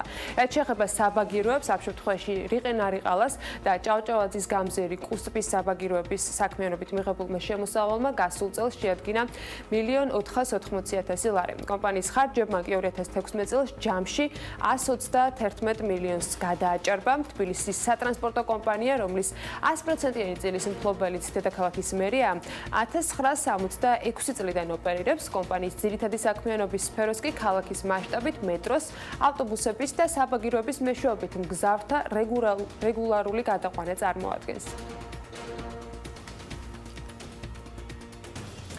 ქათის ორი ახალი გამძლე smartphone-ის ქათ S31-ის და ქათ S41-ის პრეზენტაცია შედგა გუშინ. ღონისძიებაზე ქათის მობილური ტელეფონების ექსკლუზიურმა წარმომადგენელმა კომპანიამ K2-იმ საზოგადოებას ქათის გამძლე ტელეფონების ახალი სახეც წარუდგინა. ეს დავით კაცარავა. დეტალებს უკვე ქათის smartphone-ებზე ნინი ლონგურაშვილის სიუჟეტში ვნახავთ. Smartphone-ის კატ S41-ის გაყიდვა უახლოეს დღეებში დაიწყება. ორი ახალი გამძლე smartphone-ის კატ S31-ისა და კატ S41-ის პრეზენტაცია გუშინ გაიმართა. Smartphone-ს გააჩნია ენერგიის გაზიარების ფუნქცია გარდა ამისა. კატ S41-ს აქვს მაღალი ხარისხის ეკრანი. 60 წუთის განმავლობაში 2 მეტრს სიღრმემდე წყალგაუმტარი და 1.8 მეტრის სიმაღლემდე დარტყმაგამძლე კორპუსი. ქეთის სტრატეგია არის, რომ მისი პროდუქცია იყოს განსაკუთრებულად გამძლე და გამოადგეს იმ ადამიანებს, რომლებიც ექსტრემალური ცხოვრების წესით ცხოვრობენ, ან უბრალოდ აქტიური ცხოვრების წესი აქვთ. და ეს ორი ახალი მოდელიც აი ამ ხაზის გაგრძელება არის, კიდევ უფრო გაუმჯობესებული არის გამძლეობის პარამეტრები, გაუმჯობესებულია პროცესორი, ეკრანი, კამერა, ყველაფერი გაუმჯობესებულია და განსაკუთრებით დატვირთვა აქცენტი გაკეთებული არის ბატარეის გამძლეობაზე, ანუ გაზრდილი არის ბატარეის მოცულობა და ძალიან დიდხანს 3-4 დღე შეიძლება მეტიც იხმაროს ტელეფონი ადამიანმა დატენვის გარეშე. მათთვის, ვინც ექსტრემალურ სიტუაციებში ხშირად ხვდებიან, ძალიან მნიშვნელოვანია გარესამყაროსთან შეუფერხებელი კავშირი. კატის smartphone-ების სახე დავით კაცარავა გახდა. ტელეფონია ეს ორი მოდელი, S41 და S31 მართლა ძალიან გამძლე ტელეფონები არის.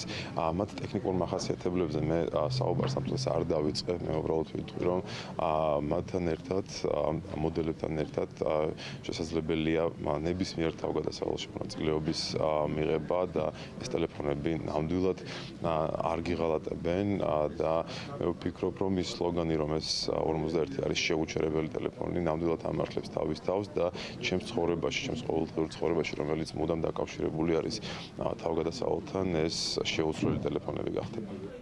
Caterpillar 1925 წელს ამერიკაში დაარსდა, ის მსოფლიო ლიდერია სამშენებლო და საინჟინრო ტექნიკის წარმოებაში. 2012 წელს მისი ლიცენზიით Bullet Group-მა დარტყმაგამძლე და წყალგაუმტარი მობილური ტელეფონების წარმოება დაიწყო. მას შემდეგ კატის მობილური ტელეფონები მთელი მსოფლიოს მასშტაბით ხარისხის და გამძლეობის ეტალონად ითვლება. სიუჟეტის სრულობისას გადმონაცვლებაც მოახერხეთ და ახლა საერთაშორისო საავტომობილო მიმოხილვით უნდა გავაგრძელოთ. საქმიანი დილა, მithumetes დოლარის ფასმა გუშინ კვირანახევრის უმაღლეს წერტილს მიაღწია სხვა ძირითადი ვალუტების მიმართ. დოლარის ფასის ზრდაზე მოქმედება ამერიკის წარმოების სტატისტიკამაც იქონია, რომელმაც გასულ თვეს პროგნოზების შესაბამისი ზრდა აჩვენა. ცალკე ანგარიშმა ასევე აჩვენეს, რომ შტატების საექსპორტო და საიმპორტო ფასები მოსალოდნელზე მეტად არის სექტემბერში გაზრდილი. დოლარი ისედაც ძლიერ იყო ნორშაბათის ცნობების გამო, რომ პრეზიდენტი ტრამპი ფედის ხელმძღვანელის ჯენეტ იელენის შემცვლელად მომავალ წელს უკვე სტენფორდელ ეკონომის ჯონ ტეილორს ამზადებს. ხოთაშორის ტეილორი უფრო აგრესიული მოთამაშეა ვიდრე იელენი. ევროს ფასი კი დოლარსა და 17.9 ცენტამდეა დაცემული, მას შემდეგ რაც გერმანული ეკონომიკური სენტიმენტის მოსალოდნელზე დაბალი ზრდა დაფიქსირდა. შესუსტდა გიროვანქა სტერლინგიც და მისი ფასი დოლარსა და 31.9 ცენტზე ოდნავ მაღლაა გაჩარებული. ბენეკოფ ინგლისის მმართველმა მარკ კარნიმ ხალხს სამშაბათს ბრექსიტის შეთანხმების შესაძლო ვერ მიღწევის შედეგებიც გააცნო. მან განაცხადა, რომ ბანკი მზად არის ყველაზე ცუდი სცენარისთვისაც და აქვე აღნიშნა, რომ ბრიტანული ფირმები ნაკლებად თავდაჯერებულები არიან ტრანზაქციის თაობაზე. ოდნავ გაძვირდა დოლარი იაპონური იენისთვისაც, დოლარის ფასი ამ შემთხვევაში 112-ზე მეტ იენამდე ავიდა. ხო, ეხლა მოდი გადავხედოთ, რაც შეეხება კრიპტოვალუტებს. ბიტკოინის ფასი სამშაბათს ოდნავ შემცირდა, გაიაფების მიზეზია ტრეიდერებს მოგების გატანა შედარებით ადრე მოუნდათ.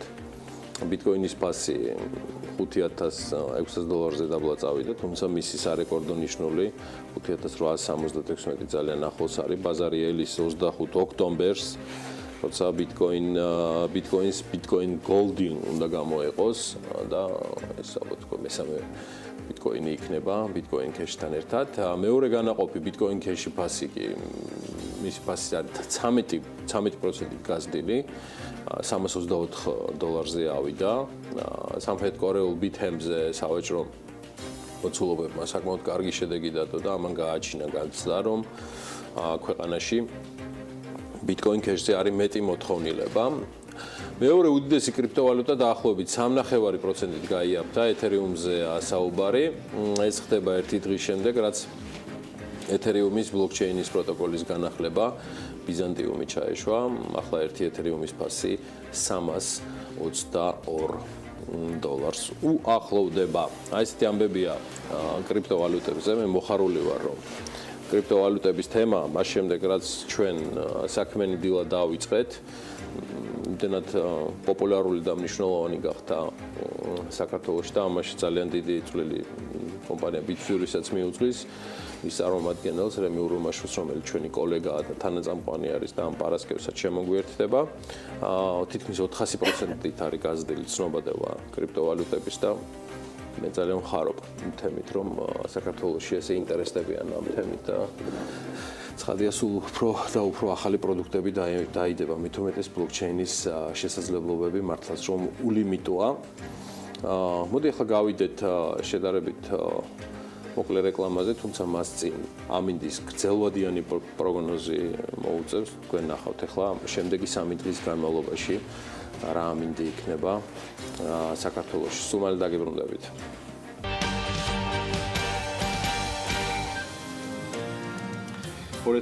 წლის სახელმწიფო ბიუჯეტის კანონპროექტის განხილვის პირველი ეტაპი საკომიტეტო მოსმენების დონეზე პარლამენტში დასრულებულია. მთავარ საფინანსო დოკუმენტთან დაკავშირებით მთავრობის წევრებს, თავად პარლამენტარებს და უმაღლეს საკანონმდებლო ორგანოს სხვა წარმომადგენლებს საკუთარი დასკვნები, მათ შორის აუდიტის სამსახურმა, ეროვნულმა ბანკმა და საბიუჯეტო ოფისმაც წარუდგინეს. ამ თემაზე თუ რა დასკვნები იყო, თათია ჩაფიჩაძე ცოტა ხანში შემოგვიერთდება, თუმცა ახლა მაქვს პატივი წარმოგიდგინოთ საქართველოს პარლამენტის საფინანსო საბიუჯეტო კომიტეტის ხელმძღვანელი, მისი თავმჯდომარე ირაკლი კოვზანაძე, რომელიც დილიდან TV პირველს სტუმრობს და საქმიანი დილის ეთერშია. დილამშვიდობის ბატონო ირაკლი, მადლობ თქვენი დროისთვის, რომ მოიცალეთ ამ პერიოდში. ბიუჯეტზე და ზოგადად საქართველოს ეკონომიკაზე სასაუბროთ. მისით დავიწყოთ, რა ძირითად გამოწვევებს ხედავთ მაინც საქართველოს ეკონომიკისათვის, რომელიც დღეს მას აქვს თქვენის აზრით, როგორ ვითარდება იგი, რამდენად საკმარისია განვითარების ეს ტემპი და თქვენი შეულის შეფასება პროცესებისა. დიდი მადლობა გიორგი მოწვევისათვის. სანამ ბიუჯეტზე გადავალთ, მაშინ თქვენ კითხვას უპასუხებ თავარი გამოწვევა. მაინც ტრადიციული საქართველოს ეკონომიკისთვის არის მიმდინარე ანგარიშის დეფიციტი, რომელიც ტრადიციული მემკვიდრეობა გვაქვს, მას შემდეგ რაც დამოუკიდებლობა მიიღო ამ ქვეყანამ. მიუხედავად იმისა, რომ ბოლო პერიოდში მიმდინარე ანგარიშის დეფიციტი უმჯობესდება, ბოლო მონაცემებიც რო იყო მიმდინარე კვარტალებში თქვა თუნდაც 40 მილიონით გაუმჯობესდა. ეს მემკვიდრეობა გვაქვს, ეს პრობლემა არის გამოწეულია იმით, რომ თავის მხრივ ეს პრობლემა არსებობს, იმის გამო, რომ ვაჭრობაში ჩვენ გვაქვს იგივე თქვათ იმპორტი ექსპორტს მნიშვნელოვნად აღემატება ამ თვალსაზრისით. გარდა ამ კუთხისა ამ დაბალანსება ამ მიმდინარე ანგარიშის დეფიციტს აქვს ინვესტიციების გარკვეულწილად იზრდება, მაგრამ მიუხედავად ამისა, იგივე სავაჭრო ბალანსს ვერ ვაბალანსებთ ამ თვალსაზრისით. ყველაზე მოწყვლადი ეს არის მიმდინარე ანგარიშის დეფიციტი. ეს არის მემკვიდრეობა პრობლემატური, რომელიც ქართულ ეკონომიკას აქვს. მაგრამ მიუხედავად ამისა, ოპტიმიზმი ჩვენ გვაქვს იმ თვალსაზრისით, რომ თქვენ მოგეხსენებათ 2017 წლის ბიუჯეტი 18-ზე არ გადავდივარ. 2017 წლის ბიუჯეტი ჩვენ დაგეგმილი გქონდა და გვაქვს 4%-იან ზრდაზე, მაგრამ დღევანდელი მდგომარეობით უკვე ფაქტი გვაქვს 4.7%-იანი ზრდა გვაქვს უკვე მიღებული და თუ 9 თვის შედეგებსაც ნახავთ თქვენ 9 თვის, ხო? 102.4%-ით არის შესრულება. ანუ შემოსავლებში პრაქტიკულად თითქმის 102 მილიონით მეტი მივიღეთ, ვიდრე დაგეგმილი გქონდა. ეს არის ძალიან კარგი მონაცემი ამ თვალსაზრისით და იგივე ეკონომიკის სხვა დარგებსაც მე არ გულისხმობ მარტო იმ სექტორს, რომელიც ჩვენს კომიტეტის პროფილია, თქვა იგივე საფინანსო ფინანსთა სამინისტრო და დაუშვათ იგივე ეროვნული ბანკი, თუ ნახავთ ეკონომიკის სხვა სექტორებს, იგივე ტურიზმს, ნახავთ თქვენ გადმორიცხვებს, ნახავთ ექსპორტი და შემდეგ ყველა მიმართულებით მნიშვნელოვანიც და არის იგივე ტურიზმმა ყველანაირი რეკორდი მოხსნა, ხო, 6 მილიონი ტურისტი მივიღეთ და 2.2 მილიარდი დოლარი შემოსავალი, ამიტომ ამ თვალსაზრისით მართლაც ოპტიმისტური მონაცემები გვაქვს. თუმცა კიდევ ერთხელ ვიმეორებ, ყველაზე პრობლემატური ამ გვაქვს ჩვენ ის მემკვიდრეობა, რაც ბოლო პერიოდების უკვე დეკადური არის მიმდინარე ანგარიშის დეფიციტი, რომელიც უნდა მოგვარდეს იმით, რომ სავაჭრო დეფიციტი დაბალანსდეს და ინვესტიციები გაგვიზარდოს. ეს ორი მიმართულება აბალანსებს ამ საკითხს და ასე შემდეგ და ასე. თავარი გამოწვევა გასაგებია და კითხვაზე პასუხი გაცემულია. გადავიდეთ 2018 წლის ბიუჯეტზე. ბატონო ირაკლი, როგორც პროფესიონალმა ფინანსისტმა, აღმოაჩინეთ თუ არა რაიმე განსხვავებული ამ პროექტში, რომელზეც დარწმუნებული ვარ წინასწარ კონსულტაციები თქვენს კომიტეტთანაც მიმდინარეობდა ფინანსთა სამინისტროს მხრიდან და არის თუ არა 2018 წლის ბიუჯეტი თქვენთვის რაღაცით გამორჩეული თუ იჯდება იმ გეგმაში, რაც მთავრობამ წარმოადგინა განვითარების თვალსაზრისით. საბიუჯეტო პროცესი თქვენ მოგეხსენებათ ერთ-ერთი კვალიფიციური ეკონომისტი და ჟურნალისტი ბრძანდებით და თქვენი გადაცემაც სულ უფრო და უფრო იხვეწებოდა. ეს არ არის მარტო კომპლიმენტი ამ თვალსაზრისით მე მინდა გითხრათ, იწყება არა 1 ოქტომბერს ამ ქვეყანაში. 1 ოქტომბერს ჩვენ მივიღეთ ბიუჯეტის პროექტი, მაგრამ პროცესი იწყება ჯერ კიდევ მაისში, როდესაც პარლამენტი ღებულობს ეგრეთ წოდებულ ბიდიტი დოკუმენტს, სადაც ძირითადი პარამეტრები არის.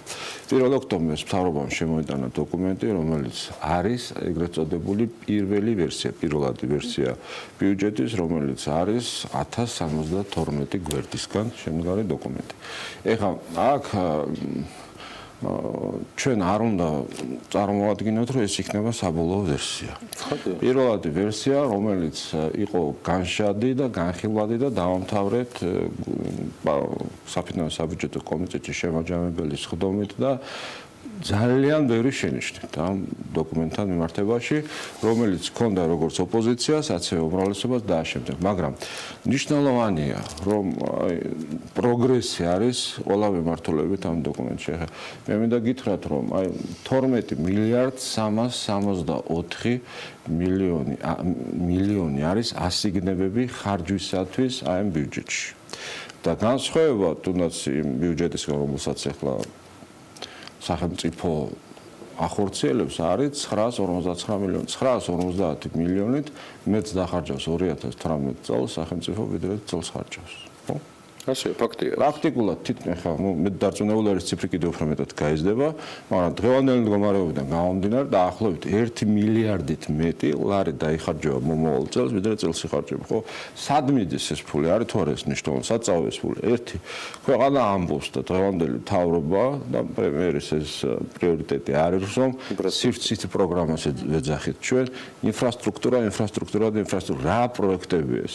ეხლა ეს ქვეყანა საქართველოს სადაც მდებარეობს, მისთვის ერთ-ერთი მთავარი ფუნქცია არის, ხო, დამაკავშირებელი არის შუა აზიის ქვეყნების შავი ზღვისპირეთთან, ხო, ევროპასთან დამაკავშირებელი. ამიტომ აქედან გამომდინარე ეს ინფრასტრუქტურა უნდა იყოს ყველაზე უფრო მეტად მოწესრიგებული. მე ასე მგონია. ამ თვალსაზრისით ინფრასტრუქტურული პროექტები არის ერთ-ერთი მთავარი და 1.830 მილიონი არის ამ ბიუჯეტში ჩადებული 2018 წლის ბიუჯეტში და მათ შორის ხო სხვაობამიდან გამო 572 მილიონით არის გაზრდილი პირველად ვერსიაში ინფრასტრუქტურის სამინისტროს ხარჯები. დღევანდელთან შედარებით და ითვალისწინებს ყველანაირი გზების, აეროპორტების, შიდა საქალაქო ინფრასტრუქტურების მოწესრიგებას და მათ შორის პრემიერ-მინისტრმა თქვა და ჩვენც გვინდა ვთქვათ, რომ გვინდა რომ 2021 წელს სრულად აერიკოტის ველტეხთან დაკავშირებული თემებიც ეს მოწესრიგდეს. მომავალ წლებში კიდევ უფრო გაიზრდება, იმიტომ რომ დასასრულებლად ხო წარმოგიდგენთ რამხელა ნახტომია. რაც არ ყოფილა ის არის, ხო? ხა მე უბრალოდ კითხვა მაქვს, და კითხვა მქონდა შემაჯამებელ სტომაზე ინფრასტრუქტურის სამინისტროს დავს. გააქვთ თქვენ შესაძლებლობა იმისა, რომ ეს მოცულობის თანხები აითვისოთ. ხო არ არის შესაძლებელი? მათი პასუხი? მათი პასუხი არის, რომ ჩვენ შეგვიძლია ესა კონტრაქტები გვაქვს, ეგრეთ წოდებული ტერმინიც უნდა გამოვა feasibility study-ები არის ამ პროექტებთან დაკავშირებით. საერთაშორისო კითხვები ქონდა ამ თვალსაჩინო ოპოზიციას, იყო იგივე კითხვები სახელმწიფო აუდიტისა და შემდეგ ინფრასტრუქტურის სამინისტრო გვარწმუნებს და მე იმედი მაქვს, რომ ისინი ამას შეძლებენ. და ჩვენთან ეთერში ბატონო ირაკლი, ბატონი ზურაბალავიძე რო იყო მოსული, მეტი თანხა თუ იქნება, იმაზე მეც ავითვისებთო. ნამდვილად არის ამის შესაძლებლობა, როგორც ჩანს, იმიტომ რომ ინფრასტრუქტურის სამინისტრო დღევანდელი მდგომარეობით ესე იგი 300 მილიონით მეტ სითით ის ვიდრე ქონდა ამის შესაძლებლობა და ეს ნამდვილად კარგია. დღევანდელი მინისტრი ამას ადასტურებს და ამ თვალსაზრისით კარგია, იმიტომ რომ ამ ქვეყნის ერთ-ერთი მთავარი ფუნქციაა. ის გეეჭვებათ ამ პროექტის მიხედვით? გარდა ამისა, გარდა ძალიან კითხვა და დაუბრუნდები მე. აი, რადგან ინფრასტრუქტურის სამინისტროს დაკავშირებით თქვენ ამბობთ, რომ მათგან მიიღათ კონკრეტული პასუხი. ის რაც პირველადი განხილვის შემდეგ დაგრჩათ ეჭვათ. რა არის ეს საკითხი ამ პროექტში? აუცილებლად კი პასუხი. გარდა ამისა, არის იქ ზრდა. ეკონომიკური ზრდა, ხო? ეკონომიკური ზრდა 4.5%. ეხლა ასეთი კითხვა გქონდა ჩვენ და ეს ჩემი თავარი ამ ჩვენი კომიტეტის თავარი მაკროეკონომიკური თვალსაზრისით ბიუჯეტი არის თორე სწორად გამართული, ხო? დღეს ჩვენ 4% გვაქვს დაგეგმილი, 4.7%-ის დაგვაქვს. რამდენად სწორია დაგეგმა 4.5%. ხო არ უნდა დავიგებო. დაკორექტირდეს, კი. დაკორექტო უფრო მეტად ხო არ უნდა გავიზარდოთ და ამ შემდეგ და ამაზე გარკვეული პასუხები მივიღეთ, თუმცა კიდევ ეს ჩვენ ერთ-ერთი მთავარი შენიშვნაა, რომელიც ჩავდივით და გადავგზავნეთ და იმედია, რომ ფინანსთა სამინისტროსგან ამ თვალსაზრისით დამატებით არგუმენტებს მივიღებთ, თუმცა მინდა გითხრათ, რომ საერთაშორისო საფინანსო ინსტიტუტები, რომელთანაც მე შეხებები მაქვს და პარლამენტში საერთაშორისო ეს ტრადიცია აღდგა და საერთაშორისო სავალუტო ფონდის მისია, რომელიც საქართველოში ჩამოდის, პარლამენტში მოდის და საფინანსო საბიუჯეტო კომიტეტს ხდებოდა ეს ძალიან გვწევნებს ჩვენ. მათთან კონსულტაციები გვაქვს, ისინი უფრო კონსერვატიულად უყურებენ აი ამ ზრდას ამ თვალსაზრისით და მე ვფიქრობ, რომ აი ამ კუთხით ზრდასთან დაკავშირებით პასუხს მივიღებთ ფინანსთა სამინისტროსგან. მეორე დეფიციტი, ბიუჯეტის დეფიციტი. ორი პარამეტრი გვაქვს. ერთი საქართველოში არსებული სტანდარტებით, იქ ნამდვილად დაბალია, მაგრამ მეორე მხრივ არის საერთაშორისო სავალუტო ფონდი, რომელიც ითხოვს და შემდეგ დღევანდელი მოთხოვნებით, დღევანდელი 2017 წლის ბიუჯეტი, რომელთაც ხორციელდება, იქ არის 4.1%. და ჩვენი ტიპის ქვეყნებისთვის არის საერთოდ სავალდებულო არა, მაგრამ სასურველი 3%-თან ახლოს 3.5%. არსებულ ბიუჯეტში არის შემცირებული და 3.7%-ია და ეს მე გარკვეულწილად მაწყნარებს, იმიტომ რომ კითხვა მქონდა ამას. თუმცა შენიშვნაში ესეც იყო, ბატონო. არის და იქნება და ასე დაკორექტირდება ალბათ დეფიციტის. რამდენად სწორია, მაგრამ კიდევ ერთხელ მინდა გითხრათ, რომ ეს ციფრი არსებულ ბიუჯეტთან შედარებით არის შემცირებული, ეს ძალიან მნიშვნელოვანია. მესამე მონაცემი რაც გქონდა, ეს არის ინფლაციასთან დაკავშირებული კითხვა. მოგეხსენებათ თქვენ, რომ ბიუჯეტში ჩადებული არის ინფლაციის მაჩვენებელი 3.5%. ეს მონაცემი არის ეროვნული ბანკისგან, დიახ, 2018 წელთან მიმართებაში, ხა დღეს ჩვენ ტარგეტი გქონდა 4%, თუმცა მაღალია უფრო ინფლაცია. ეროვნული ბანკი გვარწმუნებს, რომ იქნება 3-ის დაკავშირებით, ამაზედაც გვინდა რომ დამატებითი არგუმენტები გქონდეს და ბიუჯეტის გადამუშავებულ ვერსიასთან მიმართებაში ალბათ კიდევ უფრო მეტი არგუმენტები გვექნება, თუმცა პარლამენტის ჩვენი საფინანსო საბიუჯეტო კომიტეტის ხდომაზე და საერთოდ ბიუროზე პარლამენტის თავმჯდომარესთან ბატონ რაკობახიძესთან ჩვენ შევთანხმდით, რომ საერთოდ ტრადიცია არსებობს პარლამენტში, რომ ბიუჯეტის დამტკიცება და ფულად საკრედიტო პოლიტიკის დამტკიცება მიმდინარეობს ერთად. ჩვენ შევთანხმდით, რომ ამ პროცესს ერთმანეთისგან გავყოფთ. ჯერ დავამტკიცებთ ბიუჯეტს და მერე წავალთ ფულად საკრედიტო პოლიტიკის დამტკიცებაზე, რომ საშუალება ქონდეს პარლამენტს ამ ორ უნიშნელოვანეს პოლიტიკაზე დოკუმენტებს ცალ-ცალკე იმსჯელოს და ეროვნულ ბანკსაც საშუალება რომ კარგი არგუმენტები ქონდეს რომ დაასაბუთოს რატომ არის ინფლაციის ტარგეტი მიზანით ზუსტად ის რაც ერთი მაჩვენებელია ახლა ვიდრე თათია შემოგვიერთება რაც დაუმატებს თქვენს მითქვით ბატონო წყალიც არის ყავაც ყველაფერი რაც დაუმატებს თქვენს შენიშვნებს კიდევ აუდიტის და ეროვნული ბანკის თემებს თვალშისაცემი იყო ლარის კურსი დოლართან მიმართებაში. სავალუტო ფონდი, რომელთანაც თქვენ წლებია სხვა პოზიციებზეც ჩინებული ურთიერთობა გამოგარჩევთ, მათ თავიანთ რეკომენდაციებში და გათვლებში ლარის კურსთან მიმართებაში აღებული აქვთ ტარგეტირება 2 და 4, ბატონო ენაკლი ფინანსთა სამინისტროს დოკუმენტშია 2 და 5. თქვენი აზრით დაექვემდებარება ესეც კორექციას თუ დარჩება? როგორ მიგაჩნიათ სწორად იდეაში? მე ვფიქრობ, რომ ჩემი მოსაზრება არის, რომ 2 და 5 უფრო რეალურია ჩვენი ტიპის ეკონომიკისთვის. ეს ბიუჯეტის ამ ვერსიაში არის. გასაგებია რეალობასაც რო გადახედავთ, ეს უფრო სწორი მგონია მე, თუმცა 2.5 $1 ლართან მიმართებაში ეს არ ნიშნავს, რომ ლარი ესე იქნება. ესე იქნება. თქვენ მოგეხსენებათ, რომ სურავი კურსი გვაქვს, შეიძლება ძრაობა იქნეს ორივე მიმართულებით, მაგრამ ჩვენ ამ კურსს ბიუჯეტში როდესაც ვიყენებთ, ხოლმე საგარეო ვალების მომსახურებისთვის და არც ერთ შემთხვევაში სხვა მიმართულებით არ ვიყენებთ. ეს ბიუჯეტი, მიუხედავად იმისა, რომ კითხვები იყო, მაინც ორიენტირებული არის განვითარებაზე. აი კიდევ ერთხელ მინდა ხაზი გავუსვა. განვითარებაზე, ქვეყნის განვითარებაზე და ზრდაზე. აი პროექტებისთვის სადაც არის ჩადებული, ხო, განათლების სამინისტრო, ინფრასტრუქტურა, ჯანდაცვა, ხო? აი ინფრასტრუქტურის სამინისტროს კუთხით სადაც არის ყველა პროექტში გათვალისწინებულია დამატებითი სამუშაო ადგილების შექმნა, ახალი პროექტები გენერირებას უკეთებს, ახალ სამუშაო ადგილებს, ახალი ზრდას და დააშენება. ამიტომ მე ამ პროექტს ესე ვუყურებ. თუმცა კიდევ ერთხელ ვიმეორებ, ეს პროექტი დაექვემდებარება გადამუშავებას და მინდა აღვნიშნო, რომ ეხლა პროცესი ისეთნაირად წავა, რომ გადამუშავებული ვერსია შემოახოთ ნოემბრამდე და საბოლოოდ ამ პროექტს გრძელი ვადა აქვს. განვითარება აღნიშნა მათ შორის მთავარმა აუდიტორმა ქვეყნის, რომელიც ამ ბიუჯეტთან დაკავშირებით ერთ-ერთი განსაზღვრება იყო, როდესაც ის აფასებდა, რა იყო 48 გვერდიან დასკვნაში შენიშვნები, რა იყო ის რეკომენდაციები, რომელიც აუდიტის სამსახურის ახლა დანიშნულმა ხელმძღვანელმა პარლამენტში წარადგინა 2018 წლის ბიუჯეტის პროექტთან დაკავშირებით. ამაზე თათია ჩაფიჩაძე შემოგვიერთდება ახლა დაპირებისამებრ აუდიტის სამსახურის შეფასებებით. თათია დილამშვიდობის და გისმენთ.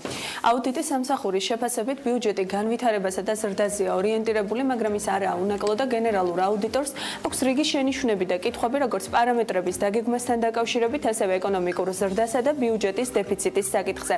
ინფრასტრუქტურა და მსხვილი ინფრასტრუქტურული პროექტების განხორციელება მთავრობის ერთ-ერთი უმთავრესი პრიორიტეტია და ვალების დიდ ნაწილსაც ხელისუფლება სწორედ ამ მიზნით იღებს. თუმცა გენერალური აუდიტორის დასკვნაში ყურადღება ისეთ საინვესტიციო პროექტებზეა გამახვილებული, რომელთა 2017 წლის შესრულების მდგომარეობა საკმაოდ დაბალია.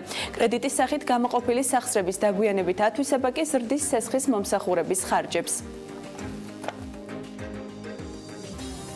2017 წლის 8 თვის მდგომარეობით გადახდილ იქნა 2.7 მილიონი ლარის ოდენობის ვალდებულების გადასახადი.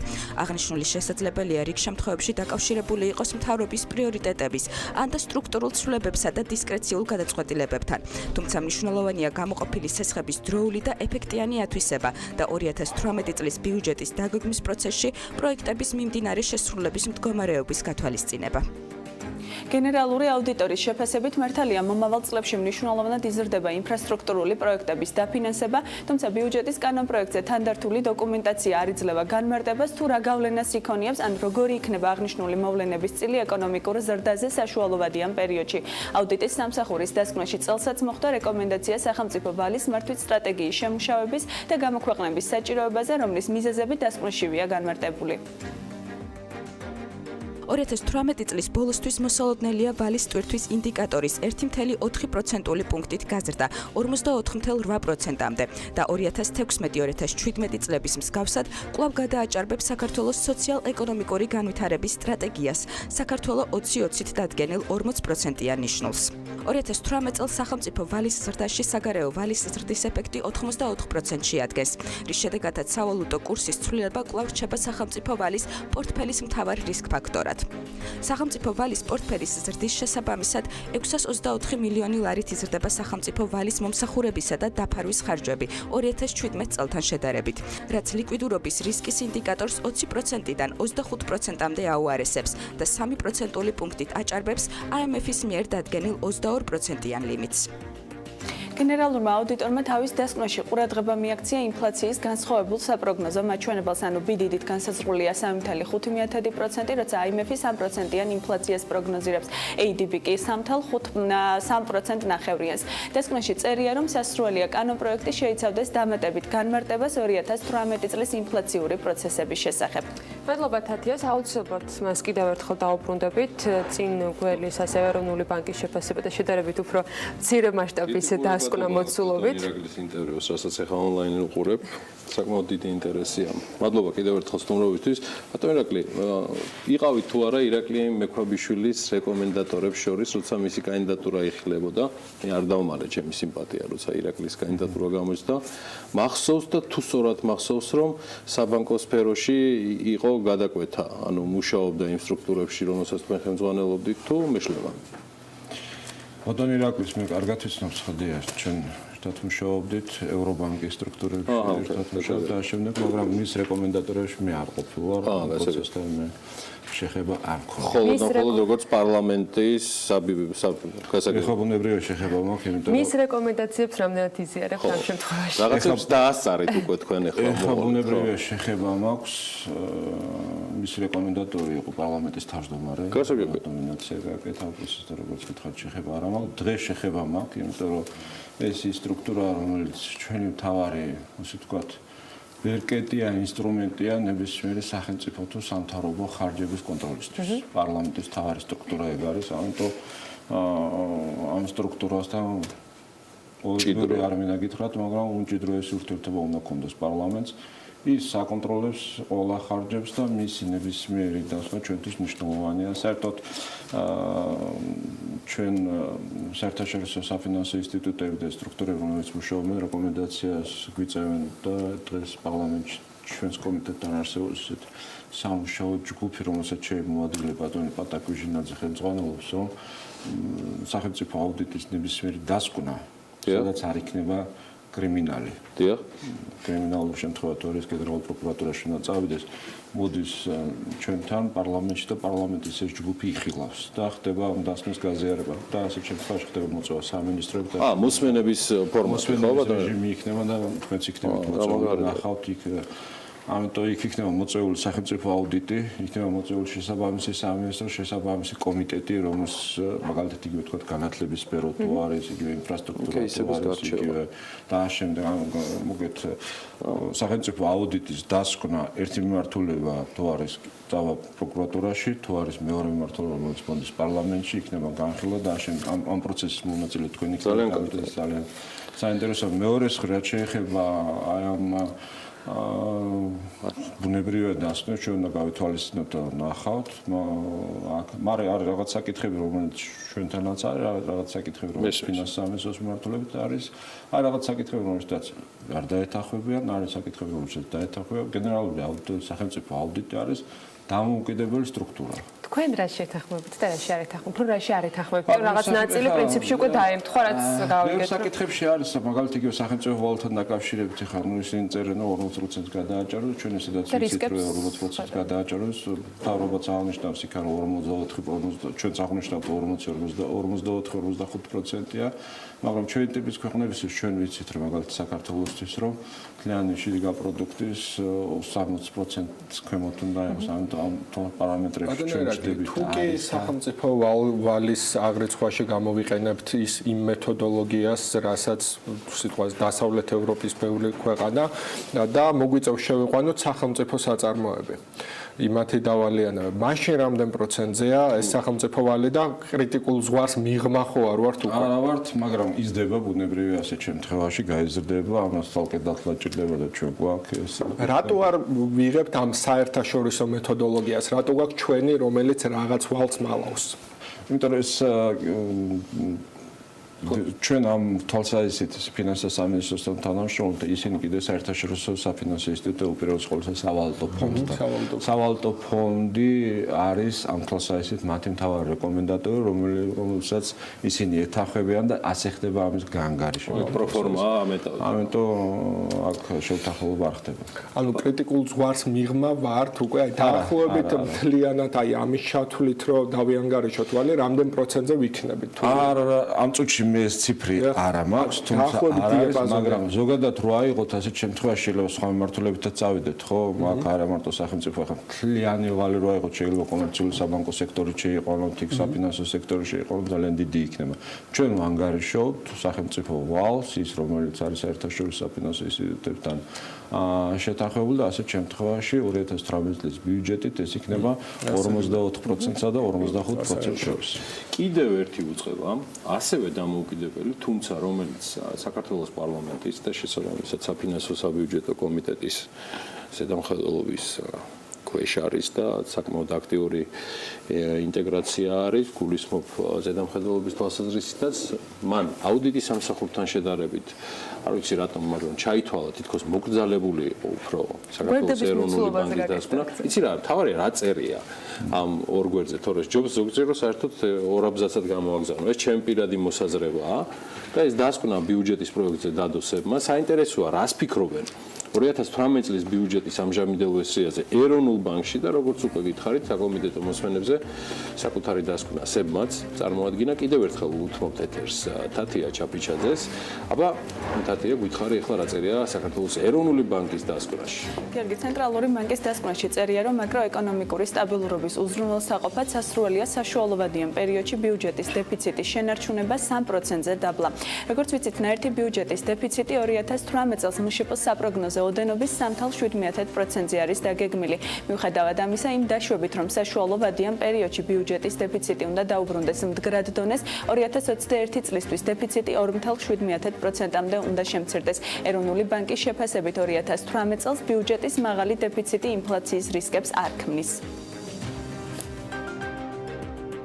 მომავალი წლის მიზნობრივი მაჩვენებელი, რომელიც იცით, რომ გასაგებად ნაკლებია იმ მაჩვენებლების რას წელს გვაქვს და ყველა თანხმდებით თუ რისგან არის გამოწვეული და მარტივად ვამბობთ, რომ ეს ფაქტორები, ერთჯერადი ფაქტორები მომართლის დასაწყისიდან აღარ შექმნება, შესაბამისად ის მაჩვენებლები რაც გვაქვს და უახლოვდება მიზნობის წლის განმავლობაში. თუ ეს მოითხოვს შესაბამისი ინსტრუმენტების გამოყენებას, რაც მონეტარული პოლიტიკის განაკვეთის შემცირებას, ბუნებრივია ეროვნული ბანკი იმ მოცემულობიდან იმ ანალიზის საფუძველზე რაც მას ექნება, გამოიყენებს ამ ინსტრუმენტს.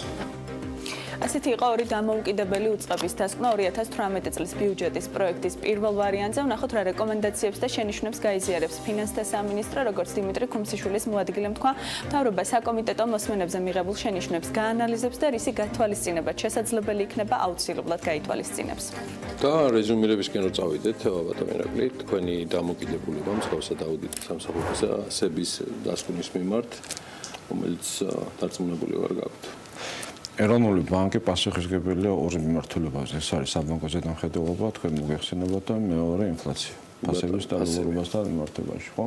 წელს ჩვენ გადახრა გვაქვს ინფლაცია ინფლაციასთან დაკავშირებით, თუმცა 2018 წელსთან დაკავშირებით ეროვნული ბანკი გვარწმუნებს, რომ ინფლაცია დაიწევს და მეც ასე მგონია, ეთანხმები წლევანდელთან შედარებით ბუნებრივია და ისინი მგონებიან, რომ 3.5%-ის ფარგლებში იქნება და ვფიქრობ, რომ ეროვნული ბანკი ამ თვალსაზრისით მართალია და ისინი აპირებენ ყველა მათ ხელთ არსებული ინსტრუმენტი გამოიყენონ იმისათვის, რომ ინფლაციის ეს მაჩვენებელი შეინარჩუნონ. ეროვნული ბანკი დამოუკიდებელია, ანგარიშვალდებულია ჩვენს წინაშე, ჩვენ გვაქვს ყველა ინსტრუმენტი, რომ მათი ასე ვთქვათ ზედამხედველობა განახორციელოთ, ეს არის ანგარიშგალდებულება, ფულად საკრედიტო პოლიტიკის დამტკიცება, ეხლა მოახლოეს პერიოდში ასევე ჩვენ მოგვიწევს მათი აუდიტი დავამტკიცოთ დამოუკიდებელი აუდიტორი და ასე შემდეგ, როგორც გითხარით, ერთმანეთსგან გავყოფთ ორ პროცესს, ეს იქნება ფულად საკრედიტო პოლიტიკის დამტკიცება და ბიუჯეტი, ამიტომ ყველანაირი ბერკეტი გვაქვს პარლამენტში, ეროვნული ბანკი გავაკონტროლოთ. ეხლა წინა ფულად საკრედიტო პოლიტიკისგან განსხვავებით, როდესაც ჰქონდა შარშან, მაშინ ჩვენ ასე ვთქვათ, შედარებით კრიტიკაც ჰქონდა, რომ ფულად საკრედიტო პოლიტიკა წარმოუდგენელი იყო ძალიან მოკლედ 2-3 გვერდზე. ბატონ კოვაგენტაძეს უთხარეთ მაშინ განხილვაზე და გულწრფელად მინდა გითხრათ, რომ წარმოუდგენელია დოკუმენტი, ეს საკმაოდ მოცულობითი, აშკარად გაითვალისწინეს, წარმოუდგენელი კარგი დოკუმენტია, კარგი ანალიზის საშუალება არის და მე მგონია, რომ პარლამენტს ექნება და დეპუტატებს ამის სურვილი აქვს. მე ვატყობ, რომ კარგი განხილვა მოაწყოთ პარლამენტში ფულად საკრედიტო პოლიტიკის. კარგია. თავარია აშკარად გაითვალისწინოს სასახელო მოჭრას. ჩვენ 2018 წლის ბიუჯეტის პროექტის თემას კიდევ დაუბრუნდებით. დარწმუნებული ვარ, რომ ბატონი ირაკლი კოზანაძე არ მოაკლებს არც დილის ეთერს ყურადღებას და ვიცი მისი აქტიური ჩართულობა და მუდმივად აყენებს საქმის კურსში მაყურებელს ჩვენი სხვა ტელეპროექტების საშუალებით. ფინანსური განათლების წელიწადიც მოდის 2-3 თვეში, როგორც ეს ეროვნულმა ბანკმა გამოაცხადა და აქტიურობა გაისათაც მოგვიწევს ბატონი ირაკლი. ჩვენ ვზავთავართ, იმიტომ რომ ძალიან გამიხარდა ის საკომიტეტო მოსვენების თემა. გამახსენდა ამერიკის კონგრესის ეს hearings დაახლოებით ანალოგის დამკვიდრებას გეგმავთ. აუცილებლად ამაში ჩართული ეს იმდენად მნიშვნელოვანი საკითხია, იმიტომ ეს პრაქტიკულად უზარმაზარ ფუნქციას აჩენს და ლეგიტიმაციას უკეთებს სახელმწიფო აუდიტის არსებობას. მე მინდა ეს ერთი, მეორე ხაზი გავუსწოროთ, დღეს ჩვენ განხილვაში ვართ უმნიშვნელოვანესი საკითხის ეროვნულ ბანკთან დაკავშირებით. ეს არის კანონპროექტი, რომელიც ახლა პირველი მოსვენა მქონდა ასევე არაპროფილური აქტივების გამიჯნა, ეს ერთი და მეორე ზედამხედველობა საფინანსო სექტორის არასაბანკო ნაწილზე. აი გახსოვთ ეს რომელიც კომპანიები რომელიც პრაქტიკულად ზედამხედველობის გარეშე არანაირ ზედამხედველობა არ ხდება. ამიტომ აი პარლამენტში აი ამ წუთში ეს მიმდინარეობს, პირველი მოსვენა მქონდა ჩვენ და ამ თვალსაზრისით ეს საკითხიც განხილვაში არის და მე ვფიქრობ, რომ წლის ბოლომდე ეს პროცესი უნდა დავასრულოთ ასე. სანამ ერთმანეთს დავამშვიდობებოდეთ, ინფრასტრუქტურული პროექტებით დავიწყეთ საუბარი და ნუ პრინციპში აუდიტის თემით ვასრულებთ. ინფრასტრუქტურული პროექტები, ანუ მთავარი ეჭვი რაც იყო, შევძლებთ თუ არა ამ გაზრდილი ბიუჯეტის კარგად ათვისებას. ანუ როცა სახელმწიფო შესყიდვებს უყურებთ 2015 წელს იყო პირდაპირ შესყიდვის წესით 35%-მდე, ნუ 2016 წელსაც ამას გადააჭარბა, ანუ გამოდის, რომ მესამედი შესყიდვების ხდება აბსოლუტურად უტენდეროდ, უკონკურსოდ და ამ თვალსაზრისით მე ამ თანხების ათვისებაშიც ეჭვი ჩდება, როცა ვიცით, რომ საერთაშორისო სტანდარტი ფორს-მაჟორულ სიტუაციებზე და ასე შემდეგ 6-ჯერ ნაკლებია, 6%-ია იგივე ევროპაში. ამ თვალსაზრისით თქვენმა კომიტეტმა თუ გასცა რამე რეკომენდაცია, მიცა სახელმწიფოს რეკომენდაცია, რომ ეს დასრულდეს, იმიტომ რომ ნუ ბევრ კითხვას ბადებს ერთი და მეორე არაეფექტურია ახლა ყველა ვიცით, რომ ახალ წელს გირლანდების შესყიდვაზე ვერ დაგეგმეს ისე, რომ ადრე გამოეცხადებინა ტენდერი და ეგეც კი პირდაპირ ხო ვიცით, რომ ახალი წელი დადგება და ეგეც პირდაპირ შესყიდვის წესით რაღაც იყიდულობენ ამ გირლანდებს და რატო არ ხდება ამის დაგეგმა, რატო ეძლევა ეჭვის საფუძველი ადამიანებმა იფიქრონ, რომ ეს არის კორუფციის კერა. ალბათ ასეთნაირად უნდა გავყოთ თქვენი კითხვა საახალწლო გირლანდების შესყიდვას არ ამგონია ინფრასტრუქტურის სამინისტრო. არა, მაგალითად მოვიყვანოთ თვითონ დამოკიდებულების აღსაწერად. ეს ალბათ მუნიციპალიტეტებისა და ნამდვილად უნდა დაგეგმონ და ვინც არ გეგმავს ის კარგი მენეჯერი არ არის. შეიძლება იგივე დამოკიდებულება და იმიტომ გვაქვს 35%. ნამდვილად უნდა კარგად დაგეგმონ და სწორად უნდა დაგეგმონ გირლანდების და ბევრი რამე სხვა.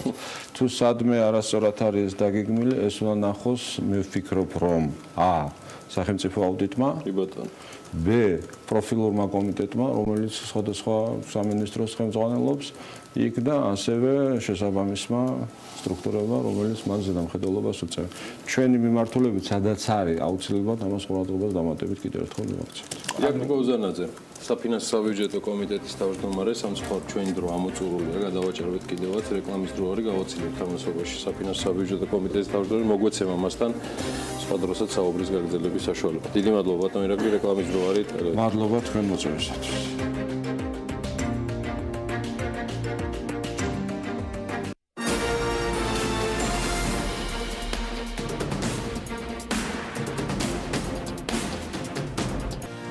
პროგნოზის მიმოხილვებში ტემპერატურა მიკლო, ნალექიან მამინდებმა იმატა და სეზონური გრიპებისათვისაც შესაბამისად კლიმატი ხელსაყრელია უკვე. დაიწყო სეზონური გრიპის ვაქცინაციაც ამ ყველაფრის გათვალისწინებით და თუ ზამთარში ვირუსებით შექმნილი დისკომფორტის თავიდან არიდება გსურთ და დარწმუნებული ვარ, რომ გსურთ, როგორც დაავადებათა კონტროლის ცენტრი გვირჩევს, მარტივი ჰიგიენური ნორმების დაცვასთან ერთად თავი შეგვიძლია ვაქცინაციით დავიცვათ. დაავადებათა კონტროლის და საზოგადოებრივი ჯანმრთელობის ეროვნული ცენტრის ხელმძღვანელის განცხადებით, ვაქცინაცია არის ერთ-ერთი საუკეთესო საუკეთესო მეთოდი გრიპის პრევენციისთვის და იმუნიზაციის შემთხვევებში 60-დან 80%-მდე ალბათობით ადამიანი დაცულია სეზონზე გრიპის განვითარებისაგან. სწორედ ამ თემაზე გავაგრძელებთ საუბარს. მივიღებთ მთავარ რეკომენდაციებს და იმ რჩევებს, რომელთაც შეგვიძლია რომ თავიდან ავირდოთ 2017-18 წლის ზამთრის სეზონზე გრიპების განსაკუთრებული და ვირუსების განსაკუთრებული შემოტევა. ამისთვის ხათუნა ზახაშვილს დაავადებათა კონტროლის ცენტრის გადამდებ დაავადებათა დეპარტამენტის უფროსს და სალომე ბერაიას დაავადებათა კონტროლის ეროვნული ცენტრის ლაბორანტს მასპინძლობთ. მადლობა თქვენ იმისათვის რომ ხართ ჩვენთან ერთად. იმას რასაც კადრში ხედავთ, აუცილებლად მიხვდებით ცოტა ხანში რატომ არის საქმიანი სტუდიაში მობილიზებული. ხომ სხვა არაფერი აინტერესებთ და ველოდები უკვე მეორე დღე. თუმცა თემაზე მინდა რომ დავიწყოთ ჯერ საუბარი. ვაქცინაციის დრო როდიდან იწყება, როდის შეუძლიათ ადამიანებს რომ ზამთრისთვის მოამზადონ საკუთარი იმუნიტეტი და რას ითვალისწინებს ეს ყველაფერი? 200-ზე მეტი ვირუსი არსებობს, რომელიც იწვევს იმას, რასაც ხალხში გაციებას ან გრიპს უძახიან. 200 ნაირსახეობაა, სახეობა. ამათგან ყველაზე ცუდი არის გრიპის ვირუსი. ყველაზე ცუდი, იმიტომ რომ ყველაზე ხშირად იძლევა გართულებებს და ყველაზე უფრო ვერაგი ვირუსია, რომელსაც შეუძლია ლეტალური შემთხვევებიც კი გამოიწვიოს. შესაბამისად, კაცობრიობამ კარგახანია შექმნა გრიპის საწინააღმდეგო ვაქცინა, რომელიც დღითიდღე უფრო პოპულარული ხდება საქართველოშიც და უფრო მეტი ადამიანი იცრება და ეს ვაქცინა, ერთი ეს არის, რომ მხოლოდ გრიპისგან იცავს და სხვა რესპირაციული დანარჩენი 197 ვირუსისგან ვერ დაგვიცავს. თუმცა ყველაზე ვერაგი დაავადებისაგან, ამ ვერაგი დაავადების გართულებისაგან და შესაძლო ლეტალური გამოსავლისაგან ნამდვილად იცავს ეს ვაქცინა. და ეს პრევენცია დათვლილიც არის და როგორც თქვენს წინასწარ საინფორმაციო, რაც გაუკეთეთ დისტრიბუცია ნოუთებში ვნახეთ, 60-დან 80%-მდე ეს პრევენციას უზრუნველყოფს. ადამიანებს, ვინც არის აცრილი, მაგრამ აქ არის ერთი რამ კიდევ სათქმელი, შეიძლება დაცვის ეფექტურობა უფრო მაღალიც იყოს ჯამრთელ ადამიანებში, ანუ ვისაც პრაქტიკულად ჯამრთელი ქვია, უბრალოდ ხელმისაწვდომობის გაზრდის მიზნით რეკომენდებულია, რომ გრიპის ვაქცინა გაუკეთდეს მაღალი რისკის ადამიანებს და ესენი არიან ნებისმიერი ქრონიკული დაავადებით შეპყრობილი ადამიანები, 65 წელს ზევით ასაკის ადამიანები, სამედიცინო დარგის მუშაკები და მოგეხსენებათ ის, ვისაც აქვს ზოგადად ჯამრთელობის პრობლემა, ან არის 65 წელს ზევით ასაკში, მათი ორგანიზმის ზოგადი მდგომარეობა არის ისეთი, რომ შეიძლება იმუნიტეტი არ გამომუშავდეს, ან ვთქვათ, კარგად, ან ვირუსთან შეხვედრის შემდგომ მაინც რაღაც მოხდეს ორგანიზმში, დაავადება ამა თუ იმ მდგომარეობით განვითარდეს. სტატისტიკა მაინტერესებს, გავუტო ხათუნა, ვარ თუ არა უკვე იმ კულტურის ნაწილი, მენტალურად ცხადია, რომელიც წესად ამკვიდრებს ამ ტიპის პრევენციებს ყოველი ზამთრის სეზონის დადგომის წინ, როცა ვირუსები განსაკუთრებულად ძლავრობს. მატება მაინც ხომ არ არის წელს სტატისტიკურად ოდნავ მაინც დამაიმედებელი იქ ვნახეთ ბატონი ამირან გამყრელიძე, რომელმაც ამის მაგალითი მისცა, არც მე დავრჩები დღეს ვალში საზოგადოების და თქვენს წინაშე, ანუ მე უბრალოდ სტატისტიკა მაინტერესებს. დიახ, ალბათ შეიძლება ვთქვათ, რომ ჩვენ ვხდებით ამ კულტურის ნაწილი, რომელიც თვლის, რომ გრიპის ვაქცინაცია ჯობია გრიპით დაავადებას და გრიპის ვაქცინაციაზე გაკეთებული დანახარჯი უფრო მცირეა, ვიდრე ის ზარალი, რაც შეიძლება გრიპით დაავადებამ მოგვაყენოს. ეს მიმართულება შენარჩუნებულია წლიდან წლამდე სახელმწიფოს მიერაც, რომელიც წლიდან წლამდე ზრდის აი ამ მომსახურების სიდიდეს, რასაც გრიპის ვაქცინაცია ქვია და ყოველწლიურად სულ უფრო და უფრო მეტი ვაქცინის შესყიდვა ხდება სახელმწიფოს მიერ და ფართოვდება ის პოპულაცია, რომელსაც მიეწოდება უფასოდ ვაქცინა. მეორე მხრივ, გარკვეული ტენდენცია აღინიშნება კერძო სექტორშიც, რომელსაც მიმართავს მოხმარებისთვის ადამიანები და იტარებენ ვაქცინაციას. თუმცა მაშინ გითხავთ იმ რისკების შესახებ, რომელიც ალბათ ამ სტატისტიკაში იმ ადამიანების საპასუხოდ, რომლებიც ამ სტატისტიკაში ვერ ხვდებიან. მათ შორის შესაძლო გართულებები თუ არსებობს, რა არის საჭირო იმისთვის, რომ ვაქცინად ჩავიდაროთ, რამდენად გრძელვადიანი პროცედურა, გჭირდება თუ არა რიგში დგომა, დროის გუნდის შერჩევა და საერთოდ სად მივიდეთ იმისათვის, რომ ვაქცინის მიღების შესაძლებლობა გქონდეთ. მოდი დავიწყოთ იქიდან, რომ ვაქცინის ჩატარების ყველაზე უკეთესი პერიოდი ეხლა ამ პერიოდში, სანამ გრიპის ვირუსებს დაუწყიათ აქტიური ცირკულაცია. დღესაც ეხლაც კარგია, ხო? საუკეთესო პერიოდია. მე მოუზადებას ვიწყებ, ქალბატონებო და ბატონებო. რაც შეეხება გართულებებსა და რისკებს, ეს ვაქცინა, გრიპის ვაქცინა ზოგადად კაცობრიობისთვის ახალი ვაქცინა ნამდვილად არ არის და გასულ საუკუნის 60-იანი წლებიდან დაიწყო ბევრმა ქვეყანამ გრიპის საწინააღმდეგო იმუნიზაცია. იმის მერე ვაქცინების ტექნოლოგიებიც განვითარდა, ადამიანებმაც მეტი ისწავლეს გრიპის შესახებ, მეცნიერებმა მით უმეტეს და დღეს არსებული გრიპის ვაქცინები ითვლება ერთ-ერთ ყველაზე უფრო უსაფრთხო, ეფექტურ და ასე თქვა წარმატებულ ვაქცინად მსოფლიო ვაქცინების ბაზარზე. ისე რომ რისკები იმისი, რომ გრიპის ვაქცინაციის შემდგომ რაიმე გართულება დაფიქსირდეს, ფაქტიურად არ არსებობს. რაც შეიძლება გრიპის ვაქცინას ახლდეს თან, ეს არის ადგილობრივი რეაქციები, ეს არის შეწირება ან უსიამოვნო შეგრძნება იმუნიზაციის ადგილას. ძალიან იშვიათად შეიძლება კონდეს მცირე სიმპტომატიკა გამოხატული აი ხალხურად რო ვთქვა თითქოს ცივდები ქვია ამას, მაგრამ რეალურად ამას არ მოყვება არავითარი სიმპტომები, ისეთი რომელიც იწვევს ადამიანის სამუშაო მდგომარეობიდან გამოყვანას და როგორც წესი რამდენიმე დღეში გაივლის ხოლმე სრულად უხით. დაავადებათა კონტროლის ცენტრის ხელმძღვანელს მინდა მე შევუერთდე ახლა პრაქტიკული მაგალითი ჩვენებაში, როგორც ჩემი ბატონი ამირანი იტანჯებოდა, ისე უნდა დავიტანჯო მე. სალომეს ვთხოვ მაქსიმალურად, რომ გამიწიოს ამ ყველაფერში დახმარება. ტევ პირველი და ბიზნეს მედია საქართველოს გადაცემები დგება ფერხულში. იმ კამპანიისა, რასაც ქვია, რომ მეტად მივხედოთ ჩვენს ჯანმრთელობას და ამ ჯანმრთელობისათვის ზრუნვას აუცილებლად სჭირდება პრევენციული ღონისძიებები. პრევენციული ღონისძიებების უმნიშვნელოვანესი ნაწილი არის აცრა, რომელიც ტარდება ზამთრის წინა პერიოდში, ზუსტად ამ პერიოდში, როგორც ქალბატონმა ხათუნა ზახაშვილმა ეხლა ბრძანა და მეც ეხლა მაქსიმალურად შევესწრები, მთლად ბოლომდე არ გამომივიდა ის ამბავი, რომ ისეთი პერანგი ჯერონად ვერ არის შერჩეული, რომელიც უნდა გამეკეთებინა, ამაში მაჯობა ბატონმა ამირან გამყრელიძემ. უფრო მომზადებული მივიდა, მაგრამ მე მგონი რაღაცა გამოვა საიმისოთ, რომ მაშინ მე ქალბატონ ხათუნა პირდაპირ ეთერში ჯობია, რომ მე ქალბატონ ხათუნას ვკითხავ მაშინ ასაკი შეზღუდულია თუ არა, როდესაც გვაქვს საუბარი სახელმწიფოს მხრიდან ვაქცინაციის გაცემაზე. დაბრძანეთ თქვენ მეორეს გამს და შეგვიძლია ჩვენ პარალელურად ასაკი არ არის შეზღუდული და რეალურად 6 თვის ასაკიდან ნებისმიერ ასაკში არის რეკომენდებული გრიპის იმუნიზაციის ჩატარება. უბრალოდ სახელმწიფოს მიერ შეზღუდულია, როგორც გითხარით, გარკვეული რისკის კატეგორიები, რომელთაც უტარდებათ იმუნიზაცია.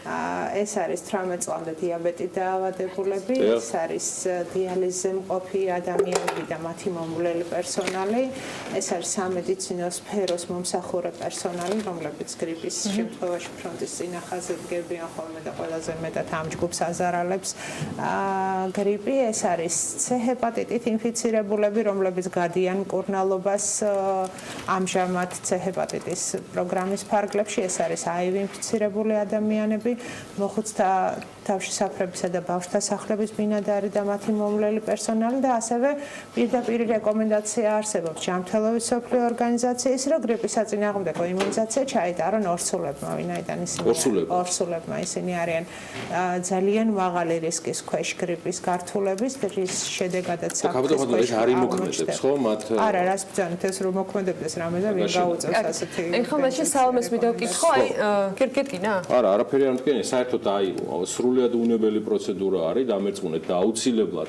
მიაკითხეთ, რა ვიცი, კლინიკებს, პოლიკლინიკებს, თქვენ სადაზღვევო კომპანიების შეაწუხეთ, მით უმეტეს ვიცი რომ უმრავს გაქვთ პოლისები და აუცილებლად გააკეთეთ ეს ყველაფერი, რაც ჩვენ ახლა პირდაპირ ეთერში მოვაკეთეთ. ნანემსრის მოვლის შემდეგი პროცედურები მინდა ვიკითხო და წინასწარ იქაც უნდა მქონდეს ესე საკმარისი.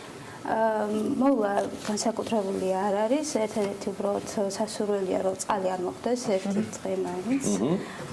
და სხვა შემთხვევაში ისეთი მოვლა ამას არ საჭიროებს. რაღაც რისკები არსებობს, აი რა რეკომენდაცია შეგიძლიათ გასცეთ მათთვის, ვისაც შესაძლოა მქონდეს რაღაცა არავითარი რისკები. ნებისმიერ შემთხვევაში, როგორც წესი, უბრალოდ იმ შემთხვევაში თუ შეწითლდა, გასივდა ადგილი, რაიმე დისკომფორტს გრძნობს ადამიანი, ჩვეულებრივი როგორც სახალხოდ მიღებულია იოდის უჯრულად უკლეტკა. პაციენტების რაოდენობა სამომატულობს წელს, ანუ არის მეტი ტრაფიკი, ვინც წინასწარ იკეთებს.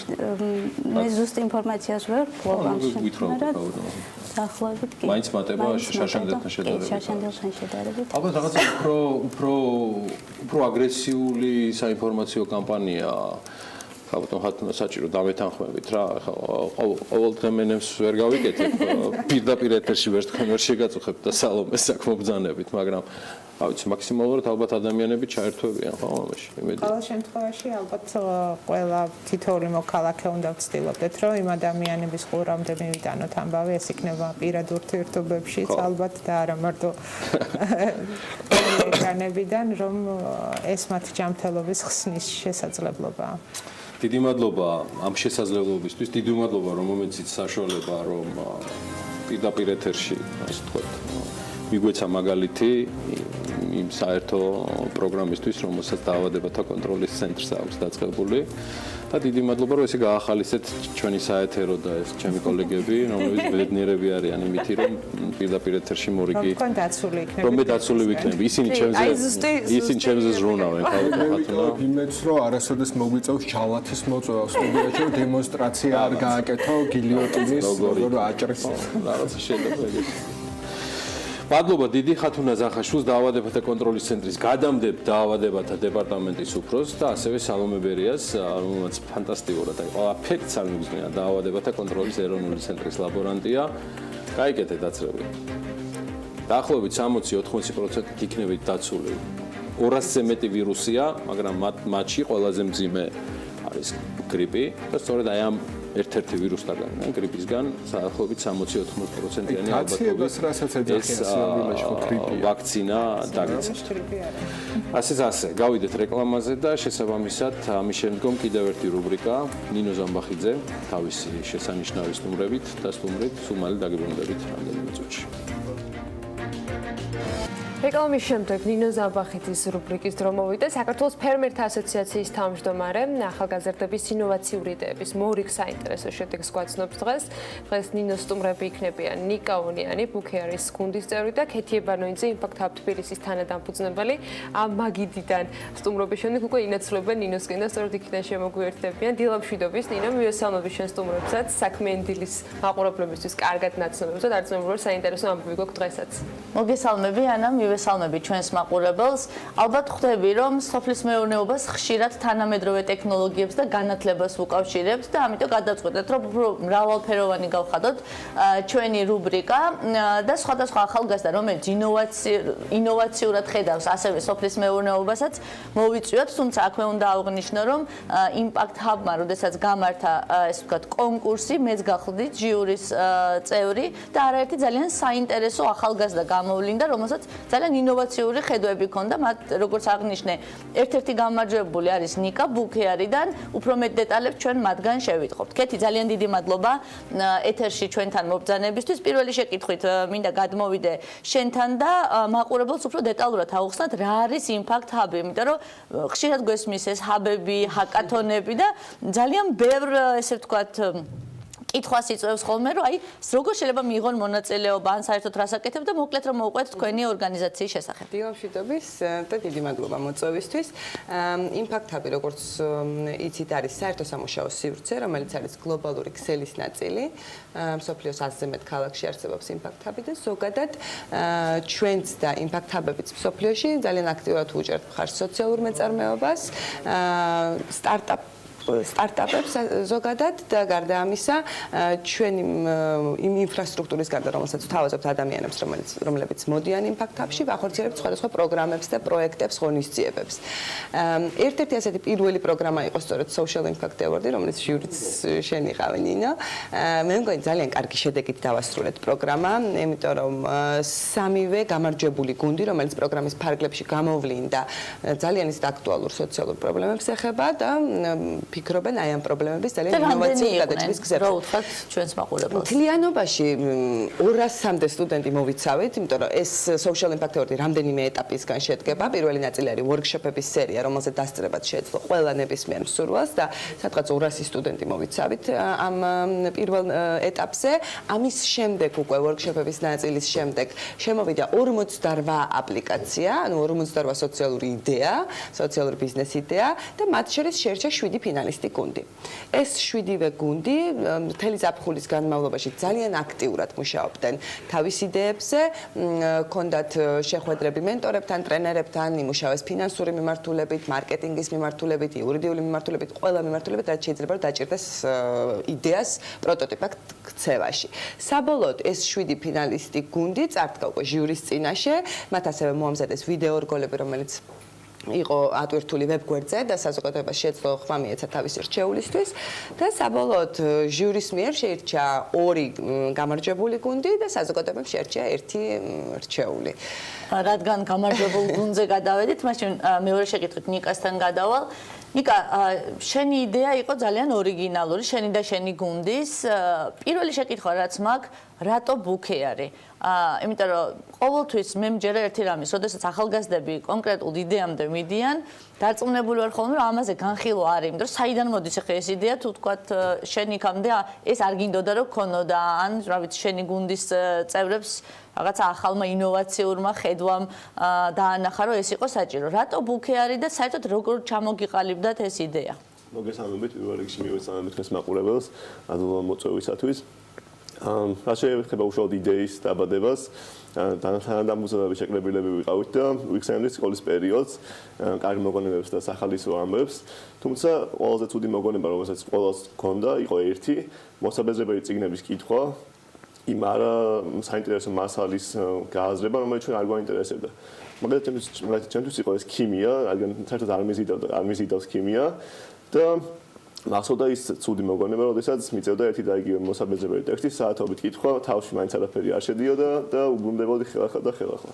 ამიტომ გავწყვეტ, რომ რაიმე თანამედროვე ტექნოლოგიებით შეგვექმნა ისეთი რაიმე, რომელიც დაეხმარებოდა მოსწავლეებს, სტუდენტებს ან ნებისმიერ დაინტერესებულ პიროვნებას უკეთ გაიაზრებინათ წიგნში მოცემული საკითხი, ან მეტი გაეგოთ დაინტერესების შემთხვევაში.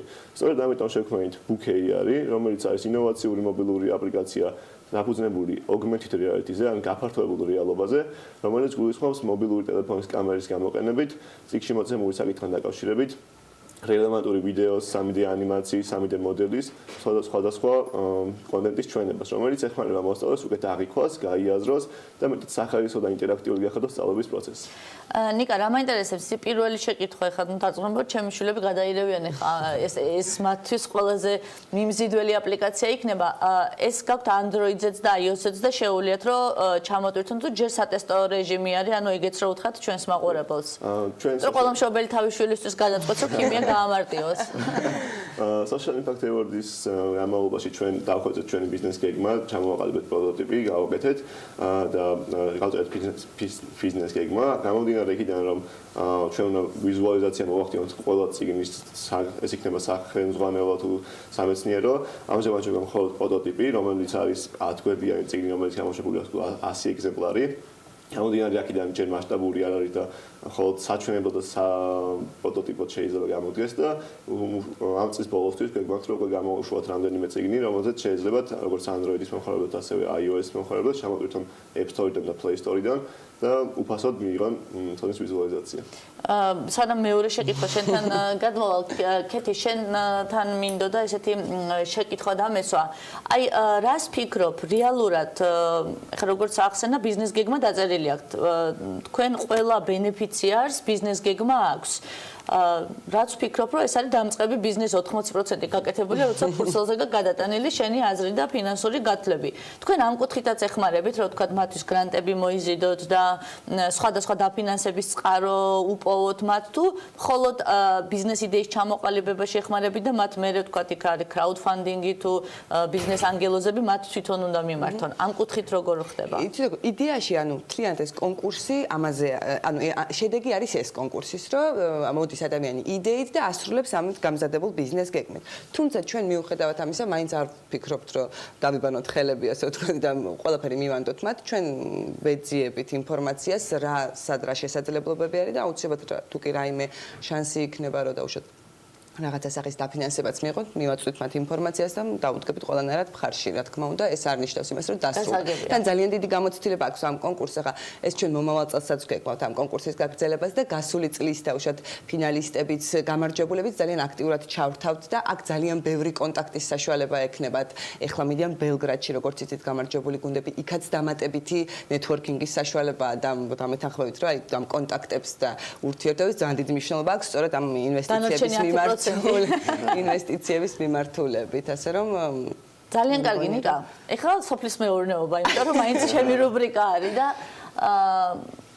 პრინციპში, როდესაც ჩემი თქო პროექტების ხელმძღვანელი დაბრუნდა ეს მენტორობიდან, მითხრა რომ აი ძალიან მაგარი იდეა არის, რომ სოფლის მეურნეობის კუთხით ვიზუალიზაცია მოვახდინოთ, იმიტომ რომ დღეს როგორც იცი, ბევრი ახალგაზრდა არ არის სოფლის მეურნეობით დაინტერესებული, უმეტესობამ დაიწყო, მაგრამ მაინც მიგრაცია რეგიონებიდან და პირველი რასაც ასახელებენ არის ის, რომ ინფორმაციის სიმწირეა და არ არის თქვა შესაბამისი განათლება ამ კუთხით და ან მარტივად როგორ შეიძლება საერთოდ ადამიანმა აღიქმოს. ახლა მიუხედავად იმისა, რომ ჩვენც გავაკეთეთ მობილური აპლიკაცია აგრონავტი, არსებობს ტრაქტორი, აგრონავტი მაინც წიგნი და წიგნის ვიზუალიზაცია სხვა რამეა, ვიდრე ვიდეო რგოლი, რომელსაც შეგიძლია თქვა უყურო, ხო?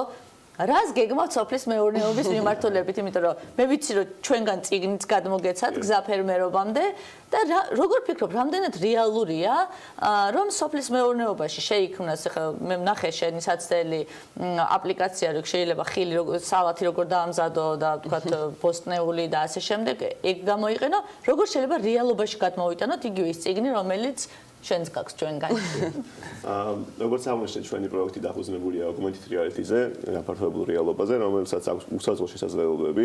არ არის მხოლოდ ეს ქიმიაზე, ფიზიკაზე თუ მათემატიკაზე მოგებული, ეს შეიძლება მოიგოს სოფლის მეურნეობასაც ძალიან ჩვეულებრივად. შეიძლება თქვათ როგორც რომელიც ახსენეთ გზა ფერმერობისკენ, ამავეს მოერგოს, იქნება ვიზუალიზაცია, ეს ბავშვი მოსწავლე დაინახავს თუ როგორ ხდება თქვათ მოყვანა რომელიმე პროდუქტის, როგორ უნდა სწორად როგორ უნდა გავთვალოთ გეგმები, ან შეიძლება ინტერაქტიულად თამაშის სახით შეისწავლოს ესა თუ ის ფერმერობის, სოფლის მეურნეობის დამახასიათებელი თვისება. გარდა ამისა არსებობს საშუალება იმისა, რომ ამ შემეცნებით გარდა იყოს ინსტრუქტაჟის ტიპის augmented reality, რომელიც გულისხმობს სიტყვაზე შეიძლება იყოს, როდესაც კას მიაშურებს ტელეფონს, დაინახოს თუ როგორ უნდა მოუვაროს ფუტკრებს, როგორ უნდა ამოიღოს თაფლი, სწორად და ვიზუალურად დაინახავს მობილური ტექნოლოგიების გამოყენებით, რაც სავარაუდოდ მის დაინტერესებას გამოიწვევს ამ სფეროში. დიდი მეც ვიტოვებ, იმიტომ რომ ეხლა უკვე ახალგაზრდების გარდა გვინდა რომ ეს თქვა სკოლის მოწაფეებით ჩართო და ვფიქრობ, რომ ეს ძალიან გამარტივებული მექანიზმი იქნება ამ კუთხით. ქეთი, ვიცი რომ გეგმავთ ქუთაისში აქტივობა, სადაც გინდათ რომ ძალიან ბევრი ახალგაზრდა ესე ინოვაციური კუთხით იყოს ჩართული და დღეს გონია რომ 21 საუკუნეში არ მახსოვს ვისი ფრაზა იყო, შეგვიძლია არ ისწავლო უცხოენა, მაგრამ უნდა ისწავლო პროგრამირება და უნდა იცოდე ხო, პროგრამის ენაო. არ მახსოვს ვინ თქვა. თუმცა ძალიან მომეწონა, იმიტომ რომ 21 საუკუნეში რაც უფრო მეტი ახალგაზრდა არის ამ მიმართულებით ჩართული, შევძლებთ რომ იგივე ჩვენი სერვისი ექსპორტზეც გავიტანოთ, მობილური აპლიკაციები იქნება თუ ეს ინოვაციური იდეები. რას გეგმავთ ქუთაისში და ეგ რა პროგრამა არის? ჩვენ გარაჟი 48 არსებობს ასეთი ორგანიზაცია, რომელიც არის ესტონური და წლის განმავლობაში ისინი სხვადასხვა ქალაქში, სხვადასხვა ქვეყანაში მართავენ სხვადასხვა სახის ჰაკათონს. ჩვენ მათთან უკვე ვითანამშრომლეთ ერთხელ და თბილისში გავმართეთ ერთი ჰაკათონი, თუმცა გადავწყვიტეთ რომ არ შემოვიფარგლოთ მხოლოდ თბილისით და მსგავსი ჰაკათონი გავაკეთოთ. უბრალოდ ეს არ იქნება წმინდა ჰაკათონი, როგორც ასეთი 48 საათიანი მუშაობა და იდეიდან პროტოტიპად ქცევა. ამ ეტაპზე, პირველ ეტაპზე ვაკეთებთ სტუდენტურ ბანაკს, სადაც ქუთაისში ნებისმიერი ასაკის სკოლიდან დაწყებული, უნივერსიტეტით დამთავრებული ნებისმიერ ახალგაზრდა შეიძლება რომ ჩაერთოს ამ სტუდენტურ ბანაკში, სადაც ისინი შეძლებენ თავიანთი იდეის რაღაც ეტაპამდე განვითარებას. ეს არის 3 დღიანი ინტენსიური ბანაკი, სადაც ისინი ისწავლიან საერთაშორისო ტრენერებისგან ძალიან ბევრ საინტერესო რამეს. ყველას შეუძლია მოსვლა, არ არის აუცილებელი რომ მაინც იდეა კონდეს ვიღაცას და იმ იდეით მოვიდეს, შესაძლოა მოვიდეს იდეის გარეშე და შეუერთდეს სხვა გუნდს, რომელსაც ექნება და იქ ჩამოუყალიბდეს იდეა. და იქ უკვე განვითარდეს ამ გუნდთან ერთად.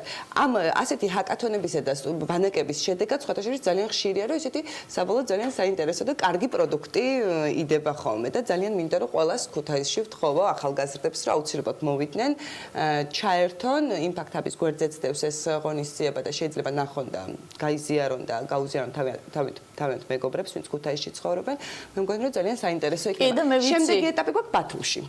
გადასარევ ამასაც დავაანონსებთ. ქუთაისში მე ვიცი, რომ ძალიან ბევრი ნიჭიერი ახალგაზრდა, ესე ვთქვათ, რომელი სკოლა არის რამე თქვარი? რაზმაძის სკოლა, იგივე ესე ვთქვათ, კომოროვის სკოლას რო ვეძახით თბილისში, იქ არის ქუთაისში არის რაზმაძის სკოლა, ძალიან ბევრი ნიჭიერი ახალგაზრდა ყავს, იმიტომ რომ რამოდენიმე ჰაკათონში მათაც მიიღეს მონაწილეობა და დაჯილდოვდნენ კიდეც და ამიტომ იმედი დავიტოვოთ, რომ უფრო მეტი ახალგაზრდა იქნება ამ კუთხით ჩართული. ანა, ვფიქრობ, რომ ძალიან საინტერესო გამოგვივიდა ეს ჩვენი რუბრიკა, როგორ შევწყათ სოფლის მეურნეობა თანამედროვე ტექნოლოგიასთან და ასევე განათლებასთან და ერთ სივრცეში ადამიანებმა მიიღონ სრული ინფორმაცია თუ როგორ აწარმოონ ესა და ის პროდუქტი. აქვე არ გამომჩეს და დავაანონსებ, რომ არ დამეცადეს იქ კითხვის დასრულება. ხო, ყველაფერი ხო ჩემი ჯერია ყოველთვის და პარემ მევე დავასრულებ. დღეს გვაქვს ძალიან საინტერესო, ესე ვთქვათ, პროექტის გახსნა ევროკავშირის მიერ ფინანსდება, ეს გახალთ მადაყოლისმომცველი თავისუფალი სავაჭრო შეთანხმების შესახებ საინფორმაციო კამპანია და სექტორული ასოციაციების გაძლიერება, რადგანაც ვთვლით, რომ სწორედ მათ შეუძლიათ თავიანთ წევრებს მიაწოდონ სრული ინფორმაცია, რა დადებითი და უარყოფითი გავლენა აქვს მოკლევადიან და გრძელვადიან პერსპექტივაში ღრმა და ყოვლისმომცველ თავისუფალ სავაჭრო შეთანხმებას. იქიდან გამომდინარე, რომ ევროპული ქვეყანა ვართ, ჩვენ ძალიან ბევრი რამ გვაქვს გასაკეთებელი იმისთვის, რომ ვიგრძნოთ თავი ევროპულ ქვეყანად. მიუხედავად იმისა, რომ ნინო ზამბახიძე რუბრიკით ზუსტად ერთი კვირის შემდეგ ისევ საქმიანი დილის სტუმარი იქნება, ამ შუალედშიც არ მოგვაკლებს ამბებს დარწმუნებული ვარ, დღეს აუცილებლად ვიქნებით მასთან ერთად ღონისძიებაზე და იმ ყველა საჭირო და საინტერესო ინფორმაციას ჩვენი მაყურებლებისთვის და რა თქმა უნდა ამ სფეროში დაინტერესებულთათვის, ვისაც სოფლის მეურნეობა და შესაბამისად ევროპის ბაზრის ათვისება აინტერესებს, მივაწვით. საქმიანი დილა ხვალ ზუსტად 8 საათიდან იქნება ისევ პირდაპირ ეთერში. მადლობა დღევანდელი ეთერისათვის ნინოს და მის სტუმრებს. თქვენ წინ გელოდებათ ბიზნეს მედია საქართველოს კიდევ ერთი გადაცემა ქალების ნარატივი, რომელსაც გვანცალაღიძე სულ რამდენიმე წუთში წარმოგიდგენთ და რა თქმა უნდა ბიზნესის და ეკონომიკის მთავარი ამბების საქმის კურსში იქნებით დღეს ზუსტად 15 საათზე და საღამოს გვიან უკვე შემაჯამებელ ეთერში 22 საათსა და 45 წუთზე, ასე რომ ბედნიერ და წარმატებულ დღეს გისურვებთ. ხვალ 8-ზე ხვდებით ერთმანეთს ისევ და პირველზე.